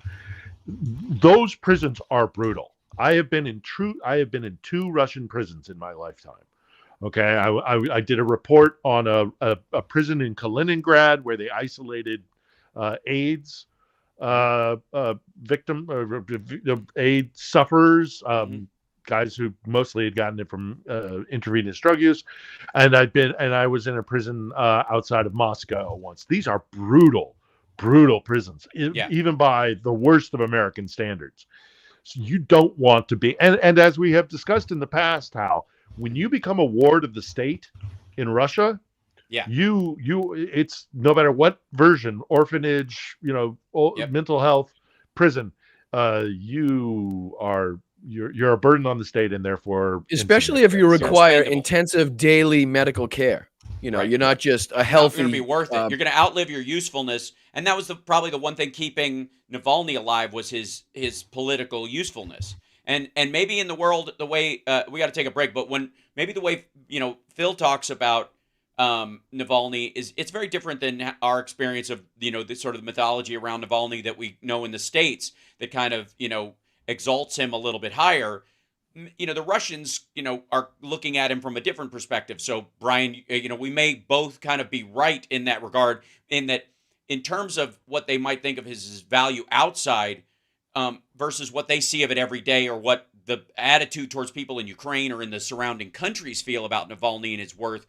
And is he worth more to scare people, or is he worth more to get rid of so that he's no longer a thorn in their side, so he doesn't keep making messages and he keeps smiling in our faces and showing that we may be weak while our people are dying in the field? There's a bunch of reasons why they might, but that both things can be true. The outside image that's created in the Western world that we deal with, and the internal view that they have every single day, there's a mismatch between how we perceive things and how they perceive things. And I think that goes to what Phil's point was about how Russians see the world, as this kind of Ruski Mir, zero-sum game, dog-eat-dog situation. And that's got to infect your brain and how you deal with the worth of human life. We got to take a break. We'll be back right after this. We're going to take some questions. Johnny Million's going to look up some in the chat. If I dare test the internet gods today one more time. Oh, my word. To try and get, just asking a question might shut stuff down. But that, we're gonna get through it, kids. We're gonna get through it. We'll be back right after this.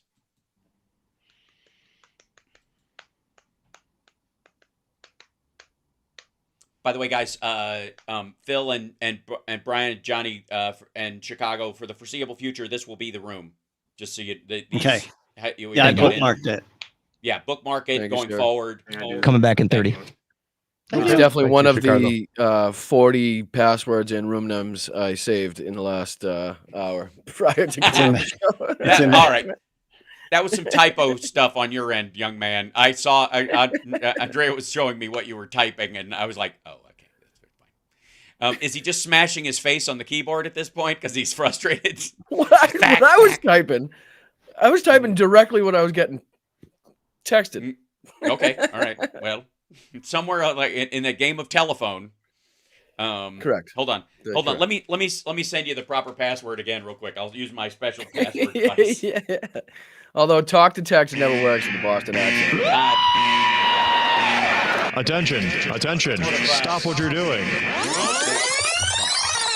Because we're coming back to the Hal Sparks radio program, Mega Worldwide. Oh my God! They went a little crazy with it, and I appreciate it. Now let's get back with Hal Sparks' radio program, Mega Worldwide. So I know I have lots of input, but I also want to make sure we get some of our questions in. So Johnny Million, what do you got in there? You may have questions for Boston Brian and for Phil, and a mix of the two. Yeah, my first one is coming from Seattle Susie Q. Please ask Phil what he thinks about this announcement. Quote, Justice Department transfers approximately $500,000 in fortified Russian funds to Estonia for Ukraine. Mm-hmm. $500,000? Yes, sorry, dollars. Oh, okay. Drop in the hat. Come on, we can do better than that. Mm-hmm. That's nothing. That's a drop in the bucket. No, we can do way better than that. We need to do way better than that. Say we have to. Yeah. Well, and again, I will argue that the administration must get credit for the fact that it is doing everything it can within the law to get as much stuff. So I watch some of these like semi right wing or right leaning or military sort of channels all the time because of doing the show and clips that I watch and stuff that shows up in my feed. And there's some guys who are like, have been covering the Ukraine war from the beginning. They're former Army guys, and they talk about it from a tactical point. And as much as they're like anti-Biden, and they're not necessarily pro-Trump, but they're definitely anti-Democrat most of the time. They're on the right side of the Ukraine issue. Is that the initials of the podcast? Yes, absolutely. Yep. And so these guys, bless their hearts, it's weird. It's a fixation they have, but whatever, I can look past it. But they've been on the right side of the Ukraine issue, and they are dug in and angry about the Republicans dragging their feet. And they are on the right side, I would argue, of the Israel-Hamas situation as well. They're pretty, as former in-the-field guys, they have a much more kind of cogent view of what's actually happening. That said, they had a thumbnail that said, U.S. turns its back on Ukraine. And it had a picture, it had two politicians on it, Mike Johnson and Joe Biden. And let me tell you, there is a huge distinction when it comes to turning your back on Ukraine between those two gentlemen. And it's not a lesser of two evils. It's a singular evil. Mike Johnson and this small pack of House Republicans, if not for them, this stuff would have passed a long time ago. Every other Republican, if they didn't feel corralled by maggots and fearing for their electoral life, these guys would have, a long time ago, would have When Rob did that show by himself, he was a lot. Go ahead, Phil. Go ahead, bud. Well, I was going to say, I've heard among certain communities that there is criticism, actually, that Biden could be doing more. My perspective is that Biden is doing well, but I do think he could do a little bit more, especially now in this crunch period. I'm not going to be hypercritical of him, though, because he has been good on this subject. He has rallied the NATO allies and all the rest of it. But I do think he could knock it up a little bit. He could get a little more proactive. I do not see any evidence of that as a fact. And I maybe on a messaging level, bully pulpit send kind more of thing. attackums. He could up the number of attackums. He could up the number of HIMARS.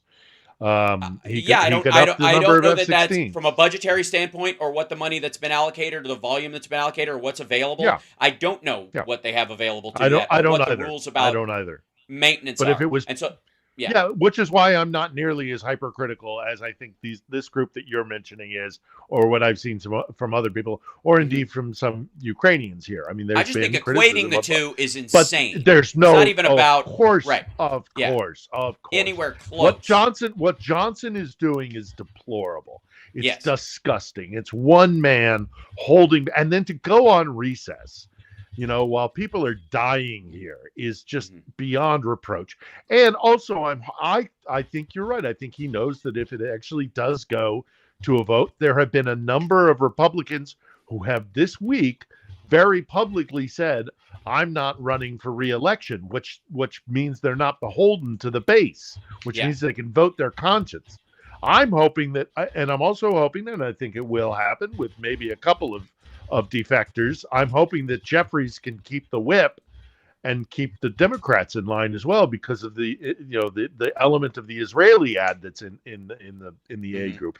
I think he'll be able to. I think there might be as I say, a couple of defections, but I think the number of Republicans. I've reached out to my representative, Bergman in Michigan's first, and I have been told by his office, in no uncertain terms, they will vote for the pro aid, the aid package, if and when it gets to the floor on a vote. So it will pass. There's not a doubt in my mind. But Johnson has to be forced, if that's what it takes. Whatever pressure needs to be put on Johnson, needs to be put on Johnson. This is ridiculous. And it's short of really depressing. Yeah, short of like flooding his timeline with news stories going all the way back to the beginning of the war, reminding him how this started and of the atrocities like Bucha and all the other stuff that's been going on the entire time. I think that's one of the best ways to do this, because if whether he's a real Christian or not, or any of that kind of debate and that back and forth about his validity as a Christian, at the very least, he's operating with that as his veneer. and you can't. Your mask can only take so much stress before you have to reinforce it, and that's where you can back a lot of these folks into a corner. Sure, hit them up with the religiosity of the Ukrainians. I mean, this country is deeply, deeply religious. I mean, like profoundly religious, with a multitude of different. There are Catholics, Orthodox, Protestants, Jews. Jehovah's Witnesses, for goodness sake. I mean, everything is here. It's a mishmash. Right. But they are devout, and most of them, admittedly, are Orthodox. So, hey, or Catholics, or hey, Johnson, Ukrainians are Christian too, and they are suffering badly. You could let's use that on them. Do whatever it takes. I've heard it suggested. Kinzinger came out with a thing today saying, just deny every bill that is put forward by him. Just don't even. You refuse to vote, abstain. Just don't let anything that he puts to the floor actually go to a vote. Filibuster, whatever it takes. If he Kinzinger was saying, that'll break his back in a week. If you bottleneck everything, if they're able to do that. Those who do support the aid package. Tactically, I will disagree. Tactically, I will disagree because you have to care about people and care about government functioning well to have that technique work on you. And grinding this whole thing to a halt has been the modus operandi of the House MAGA. Republicans. That's what the MAGA caucus wants. I didn't say I agreed with it. I didn't say I agreed with it. I just said that this is there are people out there proposing all sorts of things, and I agree with it. I agree with the search for a way to force him to put that bill on, and I am willing to entertain all comers. This is I think primarily this it's is going to be brainstorming time, folks. Sure, that's right. I'll tell you primarily how it's going to work. I'll tell you why it'll get to the floor and why it'll ultimately get voted on is because it is a defense supplemental, and the money that will be paid to soldiers and military medics and all these other people and the gear that they need and the support structure for submarine crews so that, they don't have hull breaches and all that kind of stuff, all the things that are attached to it that they always have to do because this is normally a rubber stamp bill. The only reason they're stopping it is because of this additional funding, for Ukraine because they're trying to help Russia in this regard. The back and forth on this, ultimately, they're going to run out of time. And the Democrats, to some degree, aren't worried that real soldiers are going to be harmed by this and that this will just be a drawdown in certain areas that will just scare Republicans, namely stopping the flow of fentanyl. The ships that are blocking the flow of fentanyl from South America that comes in through Cuba and Florida, that's going to have to dry up. We won't be able to afford that first. The nuclear subs aren't going to be pulled later, but that's going to start scaring the Republicans the potential for that, and that's what will get it through. Because that money has to be paid out or our soldiers don't get paid or we have to shorten missions or pull people home or, first thing that goes is fuel and arms. If you're not firing stuff, you're firing stuff up. And if you don't have the fuel to fire something up, you got to park the boat. A parked boat needs maintenance. There's one other factor. There's one other factor, though, that needs to be brought into consideration. And it's a very serious one is that do we have the time? Do we have the time? Ukrainians are dying every single day, every single day. And I get where you're coming from, Hal, and I think that's definitely a way that it might be resolved. Ultimately, it will be resolved. Mm-hmm. It will be the bill will get to the floor, and I believe it will pass because it needs to. And there are enough people who know that. But time is of the essence. And I say this as somebody, and I realize I'm biased. All right, so I'm coming at this from a different perspective. I totally get what you're saying, but with all due respect. I'm not arguing that this is how it should be. We are dying here. I'm saying, I agree. I'm just saying that's the longest they could hold out. And the problem is that they're going to, by punting this, they're going to, buckle. All the right-wing media are going to turn on them. We've seen it happen before, and they're delaying the inevitable. If they would just do it, the right wing's going to turn on them anyways, and they could move on to the next story because the right-wing media is a dog with a bone, so it will just chase after whatever the hell, and that'll be that. But what they're doing is just kind of delaying and putting off. They don't, instead of pulling Which off the is Band-Aid, moving on, and it's Oh. idiotic, right? And it's so difficult for me to talk to, and I am in correspondence with some very influential Ukrainians, and this has been a process that's been growing. And I'm thinking of one right now who's a member of the Rada, and I keep telling her, we'll do the right thing. We'll do the right thing. Just hang in there. And then he calls the recess, and for me, that was just like, I am so sorry. I'm so sorry. How looking these people in the eye on the ground here in Ukraine, it's very, very difficult. And they also, oh, poor woe is me. It's not what I'm saying. I am just saying that we can do better, and we should do better, and we need to get that bill on the floor ASAP. And if anybody, call again. I've been making this call. I've been making this request for a long time, for the better part of 2 weeks now. Call your elected officials, call them, put pressure on, put the heat on, whatever they can do, even just leaving a voicemail, whatever. Call Johnson's office, although he is apparently switching off his voicemail. Now's the time. It's really, really critical. And I hear everything everybody is saying, and I respect it. I'm just saying, from my perspective, every hour, every minute, every day, whatever it is that we dither and don't get this done is a day where lives are lost. Agreed. Again, that's what and again, tragic. neither one of us can change the 2-week holiday, for example, at all. No, the vote could come back the day they come back, but this has to be an albatross hung around the neck of Mike Johnson and everybody else involved, in delaying the inevitable, because these are deaths that did not need to happen. They were not, that this was a choice of the Republican Party specifically for the benefit of Donald Trump and the benefit of, some weird, odd group in their flank that scares the crap out of them. They are this close to losing their majority in the House before the election. So we got to take a break. We'll come back right after this. We got one more question. At least got a few more questions. Okay, good. All right. We'll be back right after this. It's the House Sparks Radio program, Mega Worldwide.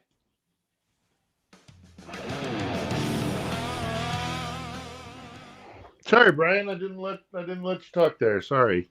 No. When you're here, Phil, it's about you. I'm a fan of the show first. You guys got to remember. So I am used to just sitting here and letting you guys do your thing and me enjoying the chat. I'm good. All right. You still want to do something to tape after this? Or? Yeah, absolutely. Okay, we will. I think now we need it more than ever. Now that we can.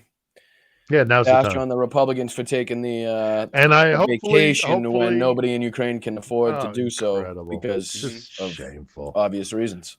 So this just dereliction. And Hal, just about that podcast, I'm not going to obviously mention the name of it. Yes, but I used to watch that when the kid who started did it by himself. Right? Yep. No. And then his other buddy like elbowed him out of the way. James Vasquez. Do you remember the James Vasquez story? Yes. He was on that podcast. So he used to co-host a couple of those episodes for this kid who does that podcast, right? And then what the kid did is he started bringing politics into it. So he got a little bit defensive that he had this guy on, and then he started bringing you could tell he's from down south somewhere. I want to say somewhere in Texas. And so you could tell he started bringing his politics into it, and then he brought this other kid in, and I haven't watched it since. I really didn't like the vibe that these two were putting off. I agree. I watch it specifically for that reason, because I want to hear where that argument comes from. And I am happy, you are happy. Let us be happy together, whether the weather is cloudy or sunny. I will always be your funny honey bunny. I am lucky, you are lucky. Let us get lucky together, whether the weather is cloudy or breezy. I'll be there to say, hey, come on, let's take it easy. Because isn't it nice to have the friends that you do? And isn't it nice that the sky is so blue? And isn't it nice to say I love you, chugga chugga choo choo, woo woo. I am smiling, you are smiling. Let us smile together, whether the weather is cloudy or stormy. I will still be there in the morning. I'll be right by your side in the morning. I'll make you breakfast in the morning. I hope that you like cereal. Yay! I love cereal. It's a good time. I kind of miss it. I don't really do cereal very often or whatever. That I used to be part of the cereal for dinner brigade back in the 90s. When you're scrapping. Oh yeah. Yeah. They don't How make so about much beef cereal. cinnamon toast crunch, no milk? Come on. Ooh, all right. Quick snack. I'm probably the one that I will always eat too much of and like regret it afterwards, but still go back to it. Golden Grams. I can kill a box, feel horrible about it, and then next time at the grocery store, I'm like, it's time for some more Golden Grams. Do you have a favorite cereal? Yeah, I never was a cereal guy. I was Russian more bacon and eggs. cereal that you can only find in one market down there. Even as a kid, I was always Ivanhoe's. As a kid, I was always bacon and eggs. Bacon and eggs. They don't sink, but they all you pour them out a third floor window and they magically land in the bowl.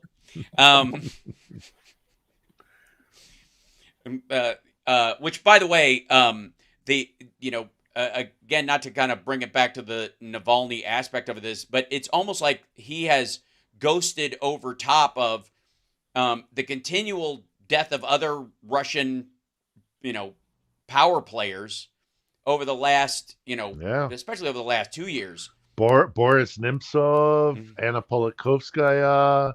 This is what Putin does. And also, the U.S. has got to do something in response to Navalny. I don't know what it is, but it can't just be a finger wag. It's got to be something more substantial. But we'll see. But this is what Putin does. He kills people. You know what? It takes the focus off the fact that they just lost their 26th warship in the Black Sea to a country with no navy. And then, by the way, an amphibious landing vehicle as well. You'll notice with a massive explosion. You can tell that thing was they have been fixated. They've been fixated on two things. The Ukrainians, when it comes to the Black Sea Fleet, they have been fixated on missile launching platforms, whether it's a frigate or what have you. And they've been focusing on amphibious. So this is not just done arbitrarily. And when a vessel comes into distance, they hunt these things down, and they're hitting exactly what they intend to hit. Because without the amphibious landing vehicle, there's no way they even try to take Odessa.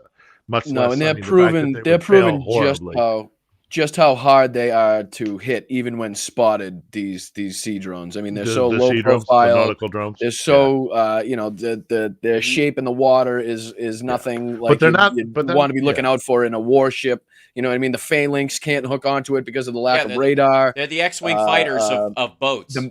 The main guns can't lock onto it because of lack of radar, lack of you just. But they're not going after. It's down to shoulder-fired rifles, basically, to dislodge. Yeah, I saw that. But they're not going after. The Ukrainians are not going after things like destroyers. They're not going after mine layers or mine sweepers. No, they're targeting the things that shoot cruise missiles at the cities, and they're going for anything that would potentially aid them in an amphibious landing. This is also so good. They're so smart. A direct result of the attack on the Kerch Bridge too, and because if the Kerch Bridge was operational, there'd be no reason for Russia to be having to transport their goods and ammunition through via landing ships via the Black Sea route there, and they wouldn't be putting their ships and ammunition and soldiers in danger of these sea drones. Yeah. Let's grab another question. Nutty. Yeah, let's Johnny, do it. because I know it's in there. I've got one from Nick Rich. Do the Ukrainian people have access to realistic information about the war?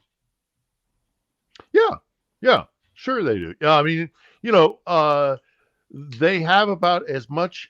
They have as much access to anybody to information about the war as anybody. One thing that impedes everybody's getting information about the war is the fact that the Ukrainians are very good at locking down information coming out of the front lines. In particular, their operational security and their information control is very, very good. They do not have embedded journalists but then when we go to war and we have embedded journalists, it's because we have the luxury of including them. The Ukrainians are not taking that chance. They're not taking that risk. So while we get great open source stuff, and stuff does come out, they're still very good at controlling the flow of information. So Ukrainians are able to get as much information, if not more, because obviously they have friends and family and stuff that are out there on the front lines. Right. But they get they get as much as anybody in the world does. There's no overt censorship here when it comes to blatant censorship here, or unreasonable censorship when it comes to the war effort. Cool. Very good. Another one, Johnny? Yeah. Sure thing. Yeah, this is from Plainsman over on Twitch. Does Putin's control of Trump translate into a control of the House of Representatives as well, enough to make Trump's undermining of NATO put Eastern Europe at risk? Yes. Full stop. Yes. Yeah. And also I would not be terribly, in fact, wouldn't be terribly, more than I wouldn't be terribly surprised. I'm darn sure that there are compromised congressmen and congresswomen, for that matter, who have the Russians have been working on, whether or not that is getting them to be fellow travelers, or the whole Ron Paul. Feeding them, information that that changes their perception of what's actually happening here, feeding them a line, or feeding them propaganda. Come on, or Phil. You're not saying that United States politicians that went to Moscow for July 4th, Independence Day, may actually have some sort of compromise on them, are you? No, hey, you don't know what they talked about. There were no American translators allowed in that meeting, and no notes. You can't say that, Boston Brian. But even if we take that away, who doesn't do that? By sheer dint of the fact that it comes, the Mar-a-Lago, the red line is, from Mar-a-Lago to Johnson, or to a variety of other, members of the Senate and the House, and because we know that Trump is compromised by Putin, yes, from Putin to Trump to whomever. And even on the flip side of that, look at the new merger that Trump is trying to set up with True Social with this Chinese company. Now not only will Russia have leverage over him, but if another Chinese company and more Chinese nationalists get leverage over him, either financially or through access to their company or what have you. I mean, he's compromised from all angles, regardless of which way you look at it. Yeah. Yeah. No, 100%. Do we got time for one more or two more? Yeah. I think so. About 3 more minutes.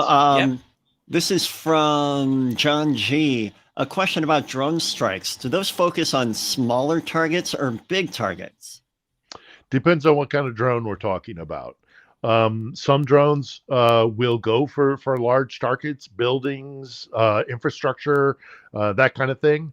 Others will go for armored personnel carriers or tanks, or individual soldiers, for that matter.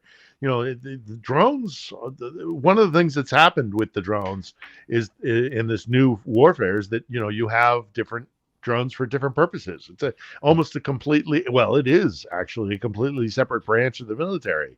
Did you see the rotary barrel they have now to enlarge the capacity of NADs a drone can use? So it's like a circular barrel shaped, and instead of, the 2 or 3 that these drones could use, I think it doubles it to either 6 or 8, if I'm not mistaken. Or also like what they'll shotgun do, type thing. Yeah. Also what they'll do is they'll swarm. They will send 10 small drones to attack something. That's what's happened to the refineries. Yeah.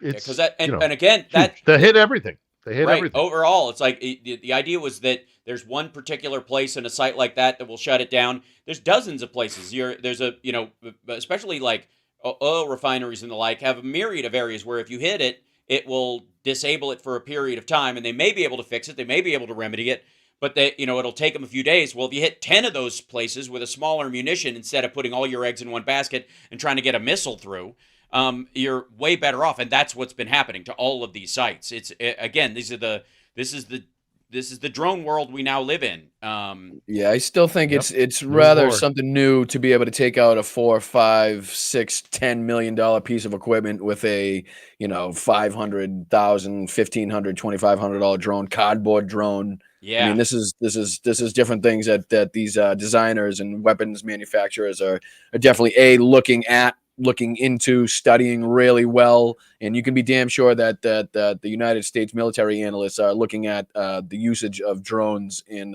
singular just Hornet the drones new usages for them too. As part of every soldier's kit is on its way, and Boston Brian and I will be having a special program just about that, just because we need to, just about like nerding out over drones eventually. Everybody follow Philip Bittner and Boston Brian and Johnny Million on all of their socials. Johnny Million has a live streaming rock and roll. Thanks all. Call your representatives. Call your representatives. YouTube. Twitch.tv/It's Johnny Million. Those of us with Patreons, like patreon.com/HalSparks, support the show, help us stay on the air. We appreciate you. We'll see you next time.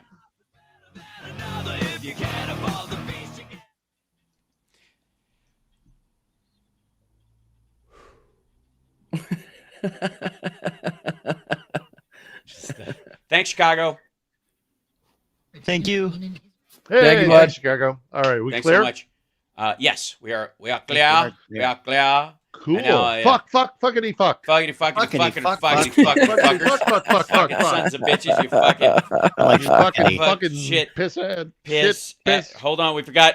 We're all developing Tourette's. That's right. We're this. By the way, this is why if you ever hear recordings of people doing Asshole. there you go. Anybody who's doing a like a cartoon. If you ever hear the outtakes from cartoons, people are swearing like crazy because you can't. That's awesome. Yeah, Wait, are you doing a drop? Because I can't hear it. My ass. Yeah, No. You couldn't hear that one. Hold on. Lumpy pillows. No, I can't hear it my either. ass. Okay, I'm not quite sure why. There's always something weird right now. That's all right. They're just dicking with me at this point. I don't get it. Hold on. Asshole. There you go. And that one should go to routing table. Goes to Asshole. Goes to music. Everybody in the chat's hearing it. So voice chat. Oh yeah, reset. Did back you to that. you guys There see you go. what's happening in Hungary Which part? Because I know and Budapest? no. Budapest. Mm-mm. Massive turnout anti-Orban. Oh wow. Yeah. Phil, what's your thoughts Big about deal. the whole Poland wanting access to nuclear weapons deal? That. I mean, I saw that, but I haven't really looked into it. What I have been watching when it comes to Poland is what's happening on the border. And people in Ukraine are getting really pissed off. And there's a lot of historical bad blood between Poland and Ukraine, obviously. But in addition to that, and this has been pointed out repeatedly, is that there are a lot of Russians living in Poland. There are lots of Russians living in Poland who are sympathetic to Russia. And they're doing things like holding up, trucks carrying weapons. They're doing things like ripping open, grain, trucks carrying grain into Western Europe from Ukraine. Makes them easy to follow. And undermine. Well, it's the argument that they're making. The Poles is that it's undermining the cost of Polish foodstuffs. But yeah, that's a running thing too. They neglect. Right. They also neglect to notice, however, that Ukraine is a huge market for their dairy products. Right. So we're getting sold dairy products on the cheap here from Poland, and nobody seems to be upset about that. But Ukrainian grain and other foodstuffs going west, pork and whatnot, the Polish seem to be up in arms about it. Although, again, it does look like manipulation. It looks like there is, because a lot of these guys are kind of from far right groups, these truckers, and those have been funded from Moscow for years. There's a big thing about, like, if you look at there's always a good reason for workers in most countries to have a gripe against management. The timing of stuff is always the suspect part. Why now? Yeah. If you have a contract like the UAW, for example, in the United States, having a contract negotiation because that's when the contract was up. Totally natural, right? But some of the other ones that we've had where people are like starting union fights in the United States because they're being poked by the more activist crowd around them to start, agitating for them is basically like a soft agitprop thing. Again, not a reason for them not to have their voices heard or all that kind of stuff, but the timing of it specifically versus, now versus some other time, it has the seeds of, and Russia does this, China does this as well. China does this a lot in Southeast Asia and these other countries. It will start pushing like revolutionary groups and stuff like that, just flicking them, basically saying, here's a little money if you need to print some flyers and some flags and walk around. Hey, you guys just need a couple of radios and you could communicate or whatever. And they get these guys who come in and bring them gear. And then that naturally takes whatever's boiling below the surface all the time and gives it fans the flame. It throws a spark onto that fight. And so whenever those kind of stories come up about like, unrest in any particular country that starts to spark up, the irony is that immediately look how if you want to know what countries are doing that forcibly, look at the ones who say it's always the West when it starts in their country. Yeah, because in the United States and the West, we don't really bring that up very much. Well, that's why they're convinced. That's why Putin and his ilk are convinced that Maidan was a CIA plot, because that's what they would do. Right. So that they're always seeing it through that prism. Well, I would foam it, an uprising as well. So this has to be the CIA, when really it was actually a grassroots movement to push out Yanukovych for good reasons, Yeah. But I think this thing in Hungary might not be orchestrated. I think it might be genuine, because there is a reason for it. Because Orban was painted into a corner when it came to the spending bill that was passed by the European respected Parliament. leader, Viktor Orban. People say he's very respected. Very respected. He's heard. All you'd have to do is bring back Trump, and the world would be fine, and I wouldn't have all these assholes in the street. We've flown over to interview Viktor Orban, whose country has been extraordinarily well in Hungary is so much better than all these other countries. It's better than anything. People who are coming in. I mean, what other country? Obviously, and everybody knows this, that if you want to fuck a child, Hungary is one of the best places you're going to go. All you got to do is look for blue flag for boys and pink flag for girls in downtown Budapest. And obviously, it's better than, in my country, I have to hunt around with friends of Jeffrey Epstein trying to find somebody. But in Hungary, obviously, everybody knows this. But oddly, I miss Tucker Carlson's coverage of the frozen flats all over Moscow. With no heat or running water. Yeah, right. Yeah, it's weird. Anything. I didn't see any of that coverage on his Twitter. You saw him. His other statement that came out recently that only for some reason is now hitting the airwaves is the whole thing about, people kill. Oh, I know why it is, because of Navalny. At the forum in Dubai? At the forum in Dubai, where he's like, governments kill people. That's just part of being in power. It's like, you have a really twisted view of what, it's part of being in power. No, dude, it doesn't have to be. And that reveals more about you than anything else. But again, just to go back quickly to the Hungary thing, is that I think it might be genuine, because Orban got spanked and embarrassed and put in a corner. The EU put baby in the corner when he came to Viktor and over the spending bill. And now he's come back. There's a military distribution bill it's out there. It's not money, it's hardware, and he is indicated that he is going to try and block it as much as he can. And I think the people of Hungary have just kind of been like, man, you're a national embarrassment. You are absolutely an obstructionist. So. We'll see what happens, but boy, wouldn't that be interesting if one of Putin's major assets in Europe was suddenly out of the picture? Ooh, wouldn't that be exciting? I don't know enough about Hungarian politics, so right. I don't want to bet too highly on that one, but wouldn't it be great? Woof. Right. Well, again, we'll talk about this on Wednesday too, Phil. If you get a chance. On Wednesday. I'm going to be, I'll be traveling the night before. Hopefully all will be well on the road or whatever. We'll manage in there. And Johnny Million, have a great Saturday. I got to rush off because I got to go get needles poked in me. And Boss Brian, thank you for coming on, brother. I appreciate it. Appreciate you having me as always. Absolutely. Let's find a time this week where we can have you on as well, because I want to nerd out about some of the tech lately. So maybe it's Friday, maybe it's Monday. We'll see, something like that. Andre I'm always and I will down. figure out a time. Thanks, brother. Okay, love you guys. Thanks. All right. Have a good one. Take care. All right, take care. Bye, See you, guys. Johnny. All right. Bye. Give me about Bye. 10. Just got to get a What? drink and set up that Zoom. Yeah, Give me yeah. about 10 I'll see you in minutes. about 10. All right. All right. Oh, Take that's care. horrible. Take care, Hal. All right. Bye. Later. Cheers. See everybody. Thanks so much. Off they go. And Johnny Million's awesome. And by the way, chat room, thank you guys for hanging in there today. Yeah, we had a issue at the beginning that was related to what may have been causing the kind of echo that I ran into with Phil and all this other stuff, in terms of I don't know, just the way I get guests on the show. I'm always looking for a better way to do it, but there we go. That's it.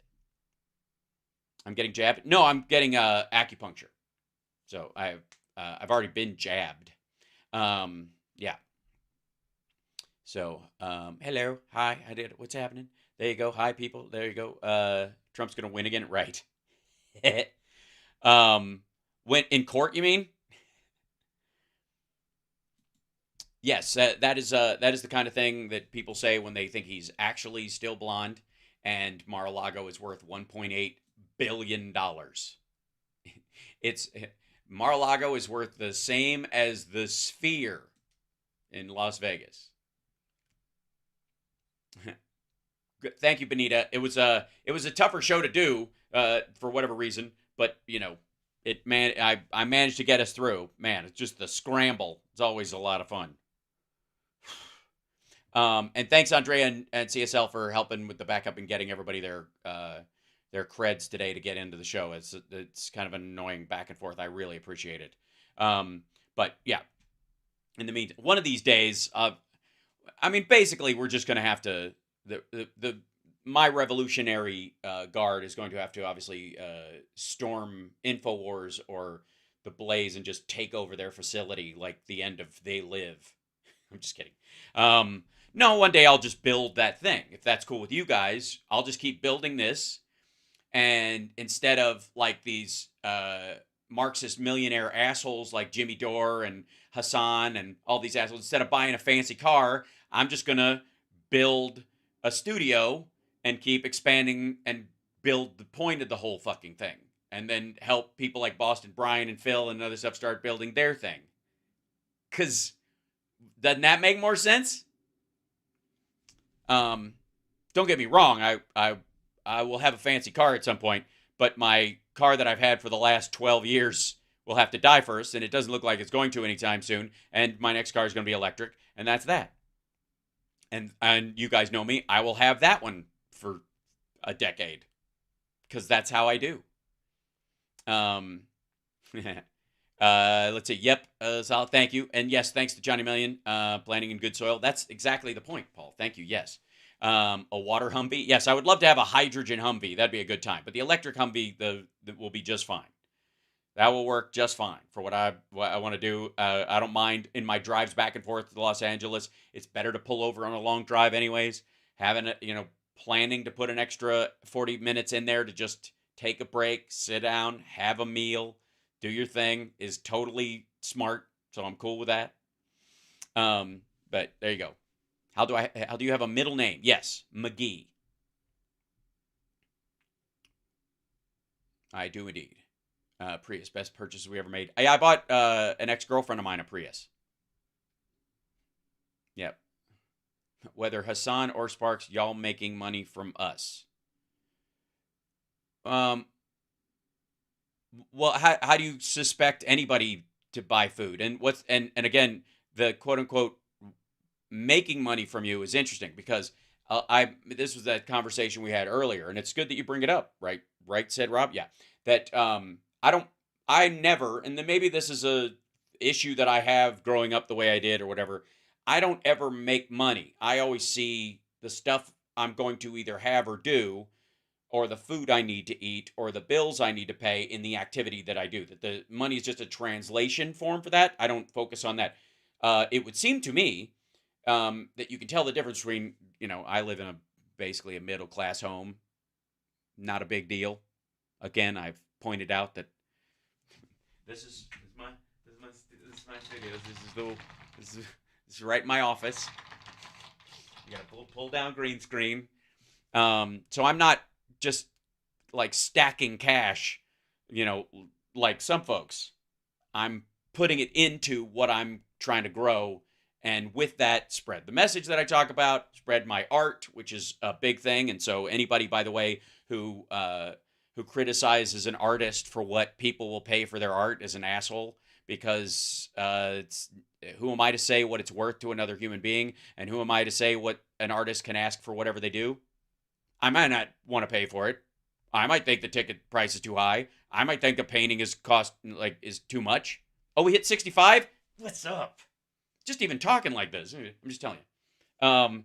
Cheryl, your show is great regardless of the reach and tech issues. I agree. But I would like to remedy the tech issues so that it's a more pleasurable, less stressful viewing for you guys, and more streamlined for me to actually do the show than to make the show, right? You know what I mean? It's like imagine being a sculptor who does pottery, right? You're doing pottery, but you have to worry about like the clay that you have to work with cracks and all this other stuff. And so you've always you spend more time focusing on making the clay right than making the jars that you're trying to design. That's what you want to do, right? So I'm trying to get past that point. That's what the work goes towards. That's why I have that big chip on my shoulder about fucking Glenn Beck's studio and all that shit. Like, he has all that stuff, and still the show looks like ass, and he can't put proof up on the screen when he's talking. I can do it with a fucking button. I can put the chat room up next to me. Anybody can. But these motherfuckers are like, well, it says this, and obviously, because, well, why don't you show me what it actually says? Why don't you put it up on screen so I can fucking see it, make up my own goddamn mind? Or are you just gonna put the headline up in a chyron and then just move the fuck on like Sean Hannity does, and then show me a bunch of fucking pictures of Hunter Biden smoking in a bathtub? Fuck off. So I will, while I'm terrible at selling my show, and you guys know this, I've always been bad at this. My agent hated it. If I'm one of those actors that if there wasn't a union, I'd be dead by now, because I would have taken a job for no money because I love acting and doing that stuff, and I would have been dropped from a fucking building from a bad rig on some stunt that I did myself because they didn't pay anybody. Like, I'm telling you, I'm one of those guys. It's good that the union has rules, because I would blow right past them, and because I love doing what I do. And the same thing is like comedy clubs and the like. I'm not gonna like muscle anybody else out of a club weekend that I know is bigger or whatever, or do any of the kind of cutthroat shit that you see. I'm just not going to do it. It's the same reason why we don't have clickbait titles or thumbnails on my show. Would it bring an audience in more? Yeah. It would absolutely draw an audience. Would that audience be real and engaged? No. And it's morally and ethically wrong. That's how I feel. People can disagree. A lot of people do that shit their way. And believe me, they have hundreds of thousands of subscribers, and they bought lots of fancy things and all that kind of shit. And they have the same watch hours and view time as I do. So fuck off. But what I will say, while I will not, where I'm not that great at selling myself and selling the show and pushing it and doing all that stuff, I'm not yet. What I refuse to do, though, is justify anything that puts food in my mouth or my kid's mouth. And anybody who tries to kick that food out of my mouth or my kid's mouth is in for a scrapping. You understand how that works? And anybody who has a child or gives a shit about their family or their life or their people or whatever, or thinks that there might be a reason where if they're a good person, so if they have money at some point, they can be more helpful than some asshole like Trump having it, who doesn't apologize all the time at all, ever, for it, and is like, it's just, like, I'm not going to even, that's that same thing with that thumbnail of Mike Johnson and Biden going, America is betraying Ukraine. Fuck you, we are. I've had Phil on my show every fucking Saturday since almost the beginning of the war, to draw attention to it when other people had already moved on, and we still do it. So, and I'm an American and a proud one. All right, I'm going to get off into a rant about this shit, but that's what I'm saying. Thank you, CSL. There is no way that I can't fucking, that I can grow this thing and start having, like, employees and benefits and all the other shit that everybody at the Blaze and Daily Wire and all those places take for granted if every day I have to fucking, like, justify trying to turn this into a thing. No, I won't do it. So there. So take your fucking art shame somewhere else, weird chat person that was in there that set me off on this particular thing, because it makes me mad on behalf of other people. I know so many fucking actors and comedians who are so goddamn talented, and they're worse at selling themselves than I am. And their careers have suffered because of it, because somebody goes, well, I don't know, like, oh, okay, I'll give you this last analogy, and then I'll go, because I got to go get poked. Hello. Let's just start with the baseline so you get where we are. I'm an amazing actor. I'm really good at it. I'm not ashamed to say that at all. I'm really good. And you know how I know I'm really good? Because I've delivered great performances, not according to just me, because I know when I've done well, but according to other people. And when they come up and they tell me, that was amazing, I loved that, that touched me, and I know what I went through to try and even make that happen because of the other actor I was dealing with, the circumstance on set, the fact that I was able to pull a performance together, and you say that, and don't even know that the awful, in some cases, the weird assault that I would have to go through just to do that scene doesn't even occur to you. Trust me, I know what the fuck I'm doing, and I'm very proud of that fact. And the reason I am that way is because talent is just falling in love with something before anybody else. So you just dive into it and you do everything you can.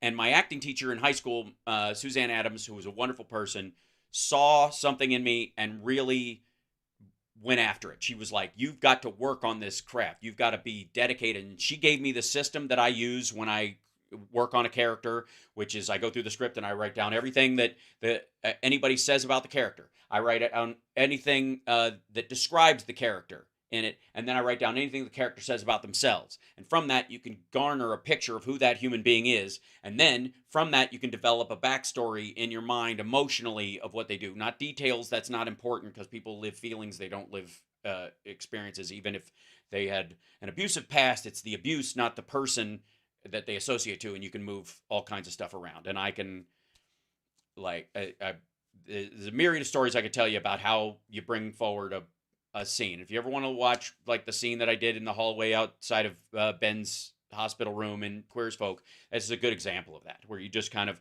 in spite of everything, that hallway we shot in was freezing cold. It was fucking Canada. It's a closed hospital. None of it is, real around you, and it's physically uncomfortable, and 100 other things, and yet there it is. So I stand by my work. That said, it was because of her work ethic that I am able to do that, because it's about the audience. Crying on camera is not about you.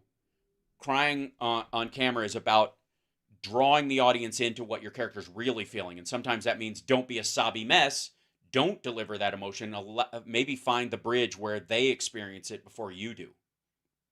There's a lot that goes into it, and I love it, and it's an art, and I could talk about it all day. So, but when I moved out to LA, I'm a fucking comic, and the fact that I even got a show like Queer as Folk, when I did, was a miracle and a wonderful accident, because as a comedian, that's not a gig you're gonna get. And so I was very proud to have that. And it's because she also said, you're very good at comedy. All I'm going to give you is drama. All I'm going to let you do is drama. You're not going to get a single comedy role in any of the plays. Just write it off. Your timing is fine. Your stand-up is fine. You do improv at Second City. you work out the comedy with other people there. But here, you're going to focus on drama, and that's what you're going to do. Okay. So, anyways, built the skill set, stayed with me. Human beings are human beings, and off I went. There. Now, get to LA. We got a hype train for that. That's lovely. So I get to LA, and I'm scrapping. I don't have any family in the industry. I don't know anybody other than like people I had worked for. I'm the director of my game show and that kind of stuff. But I moved to LA. And packed all my shit in my car right after I graduated high school, moved to LA to be an actor. And I call the 90s the Sisyphus years. You guys know this. But during that time, I was like, at one point, I'd finished, I went through this whole thing. I had a sketch group. We got a deal. I was producing pieces for a Disney show, all kinds of, anything I could do to make it, right? Just to try and hold on and only have industry jobs as best as I could. I mean, I taught martial arts. That was also one of my other gigs, but mainly it was, all my other gigs were industry related. So I go to, there's an acting class. It's like at the corner near my house. It was at Whitsett and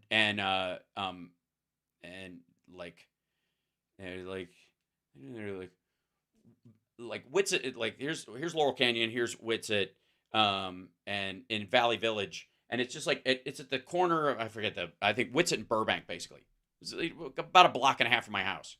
And there was this acting class, and I drove by it all the time. And I wasn't in an acting class, and I had just lost my manager. I didn't have an agent. I just lost my manager because they had stolen money from their other clients, the ones who were actually making money, and went to jail. So I had no rep, no nothing, was starting from scratch. And I was like, okay, maybe one of the things I could do is get in, because casting people love you if you're in an acting class, because the acting class is like a conveyor belt into casting. I won't be late. I'm fine. I've got 10 minutes before I have to drive. So I'm good. Thank you for caring, though, Carrie. And this story isn't that long. So I go, okay, the casting people that I go see don't like me. And the reason they don't like me is because I keep getting hired by producers who've seen me do stand-up. And so I'm getting these jobs without them being the gatekeeper. And so none of them actually, I only got 2 major jobs through casting. And the second one, the first one was Frog, the kids thing that I did in school because you had to. But every other job was because like the producers went, can we bring him in? And the casting person was like, what the fuck? Why? And then I got the job, and they're like, he's great. I mean, that's how Queer as Folk happened. It's how Lab Rats happened. It's how a myriad of other things happened. So casting people don't like me. Never have. Because I didn't go through the gate. You're supposed to go through the gate. And so I was like, okay, maybe I'm grinding my fucking gears here. Maybe I'm just trying to fucking push this thing into gear without hitting it. Maybe I just need to clutch a little. I'm going to, sometimes you just got to, all right, if I need to clutch, there you go. So one of the ways you can clutch in this situation, keep you from grinding your gears, is you get an acting class that's known by somebody. Whether you learn something or not isn't material. Maybe you do, maybe you don't. It's good if you do, but if you don't, it's no loss. It's just time. And in that, if casting people are talking to these teachers, then these teachers will tell them, oh, he's good in the class and he can do this. And I was like, okay, maybe that'll give me a leg up. I mean, I'm still going to bang my head against the wall, and I'm still going to do, I used to do these stand-up shows that I would book for my friends, and I would pay to book out. I do these shitty little road gigs, and then I would pay to book like these little places like Largo. I'd book this little room, and then I do a showcase for me and my stand-up friends. And ask Brian Crow and Chris Bono and a myriad of other people about these days. I literally would put these shows on just so I could showcase, but the cost of it was such that I was like, and the time of it was such that I only need a 10 or 20 minute tape. So I'm going to record my show there so I can sell myself on the road, and you guys should come in, and then you guys can, invite casting people or whatever, which is what you do for these showcases, and I'll pay for it. And I did. And I didn't have any fucking money. This was peanut butter days, right? That's why I called it the Sisyphus years. And so, I knew I'd do that, but that's banging your head against the wall and trying to get through, right? Just keep at it. And all this time, my family's calling me and going, my dad's like, hell, you probably should come home and get a construction job. I can get you something. You can settle in here, and we're just worried about you and blah, blah. 10 years of that shit. So anyways, my sketch group dissipates. Long story there. And I'm like, you know what? I'm going to go down and try one of these classes. One right near the house. The teacher's fairly well known. I'm going to go in there and I'll just take the class because it's right down the block and my car had been stolen so I could walk there. And yeah, that's another story. So like, it's right there though. I'll just do this. That'll help me out. And just do whatever you can. Just keep on the treadmill. Keep moving forward.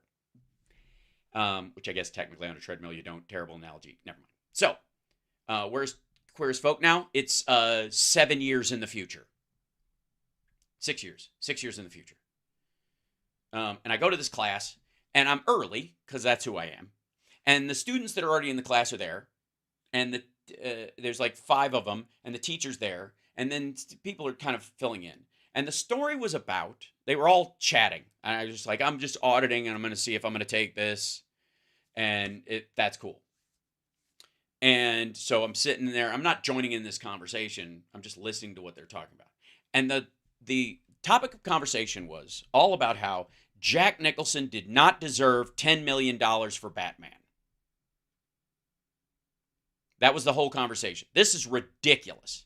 Because you'll recall, he was like the highest paid actor ever. And they were all sitting around talking about how that's just no actor needs $10 million for a job, blah, blah, blah. And they were, and this was actors. Like, I felt like I'd walked into a room full of producers shit-talking actors. You know what I mean? Like, oh, it's like they're all the same. Like, fucking these motherfuckers think we can find somebody just like them anytime we want. Why the hell would we pay some asshole $10 million? We find somebody else who'll do it for $3 million or whatever the hell. And I was, I'm sitting there listening to this, and these are actors talking about this. This isn't, and I you know me. I couldn't keep my mouth shut. And I was like, real quick, one, why are we as actors talking about what kind of a ceiling there should be on the money we make as performers in these situations? That seems weird to me. Why is everybody here arguing that? Why aren't you arguing that the producer made too much? Because what did they do? They didn't own Batman or create it. They didn't write the script. They didn't perform. They're not the director.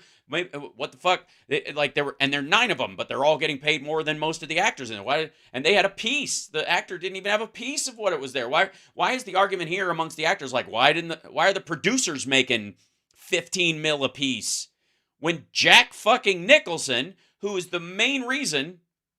All respect to Michael Keaton, who's amazing, and there's very few perfect works in the world created by single actors, and I would argue that Beetlejuice and Night Shift are amongst those. Fantastic. He's wonderful. But the reason people were like, holy fuck, Batman, was Jack Nicholson as the Joker. It wasn't about his performance even in that, although it was great, and he did a terrific work in it. He fucking put those asses in seats. He's the reason. Almost more than Batman itself. This isn't when, like, superhero movies were a big fucking thing. This was a risk. And fucking Tim Burton doing it? It's just weird. And I'm like, why are you guys arguing for being fucking broke? Why are you arguing for your role in this to be diminished? And not why did, a dozen people who are producers or executive producers who didn't really put anything on the line with Batman end up making more money off of it over the long term than he did. It's weird. So I left.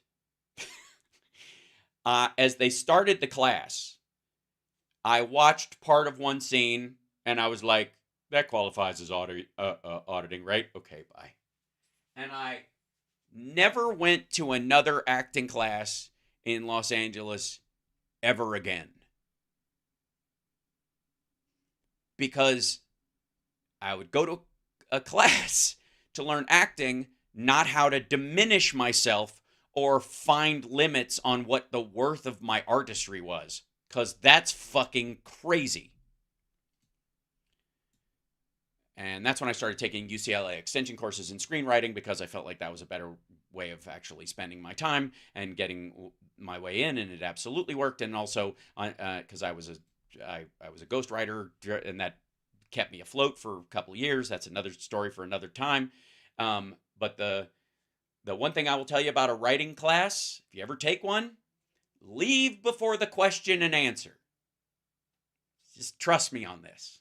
Listen to what the author or the teacher is saying, and then get the fuck out. Because the minute the dipshits that came in there with you raise their hand, it's all going to, I had an idea that was Independence Day meets Batman meets On Golden Pond, and Hollywood stole it and cut it into 3 stupid fucking movies, and what do I do about it? Because that's all they do. Yeah, that's all they do. They bleed you dry. I had the idea for blah, blah, blah. And you're like, no, you fucking didn't. Shut up. So just go. Just don't bother. You're not going to... The one little nugget you might have found, you'll read in a book someplace else. Believe me, if it's worth knowing, you'll find it somewhere else. But just get the fuck out. Never show up early for an acting class, and always leave early in a writing class. There you go. So there you go. All right, that's enough said. All right, I love you guys. I'll talk to you later. Got to go, and take care and all that kind of stuff. And you're wonderful. And sorry to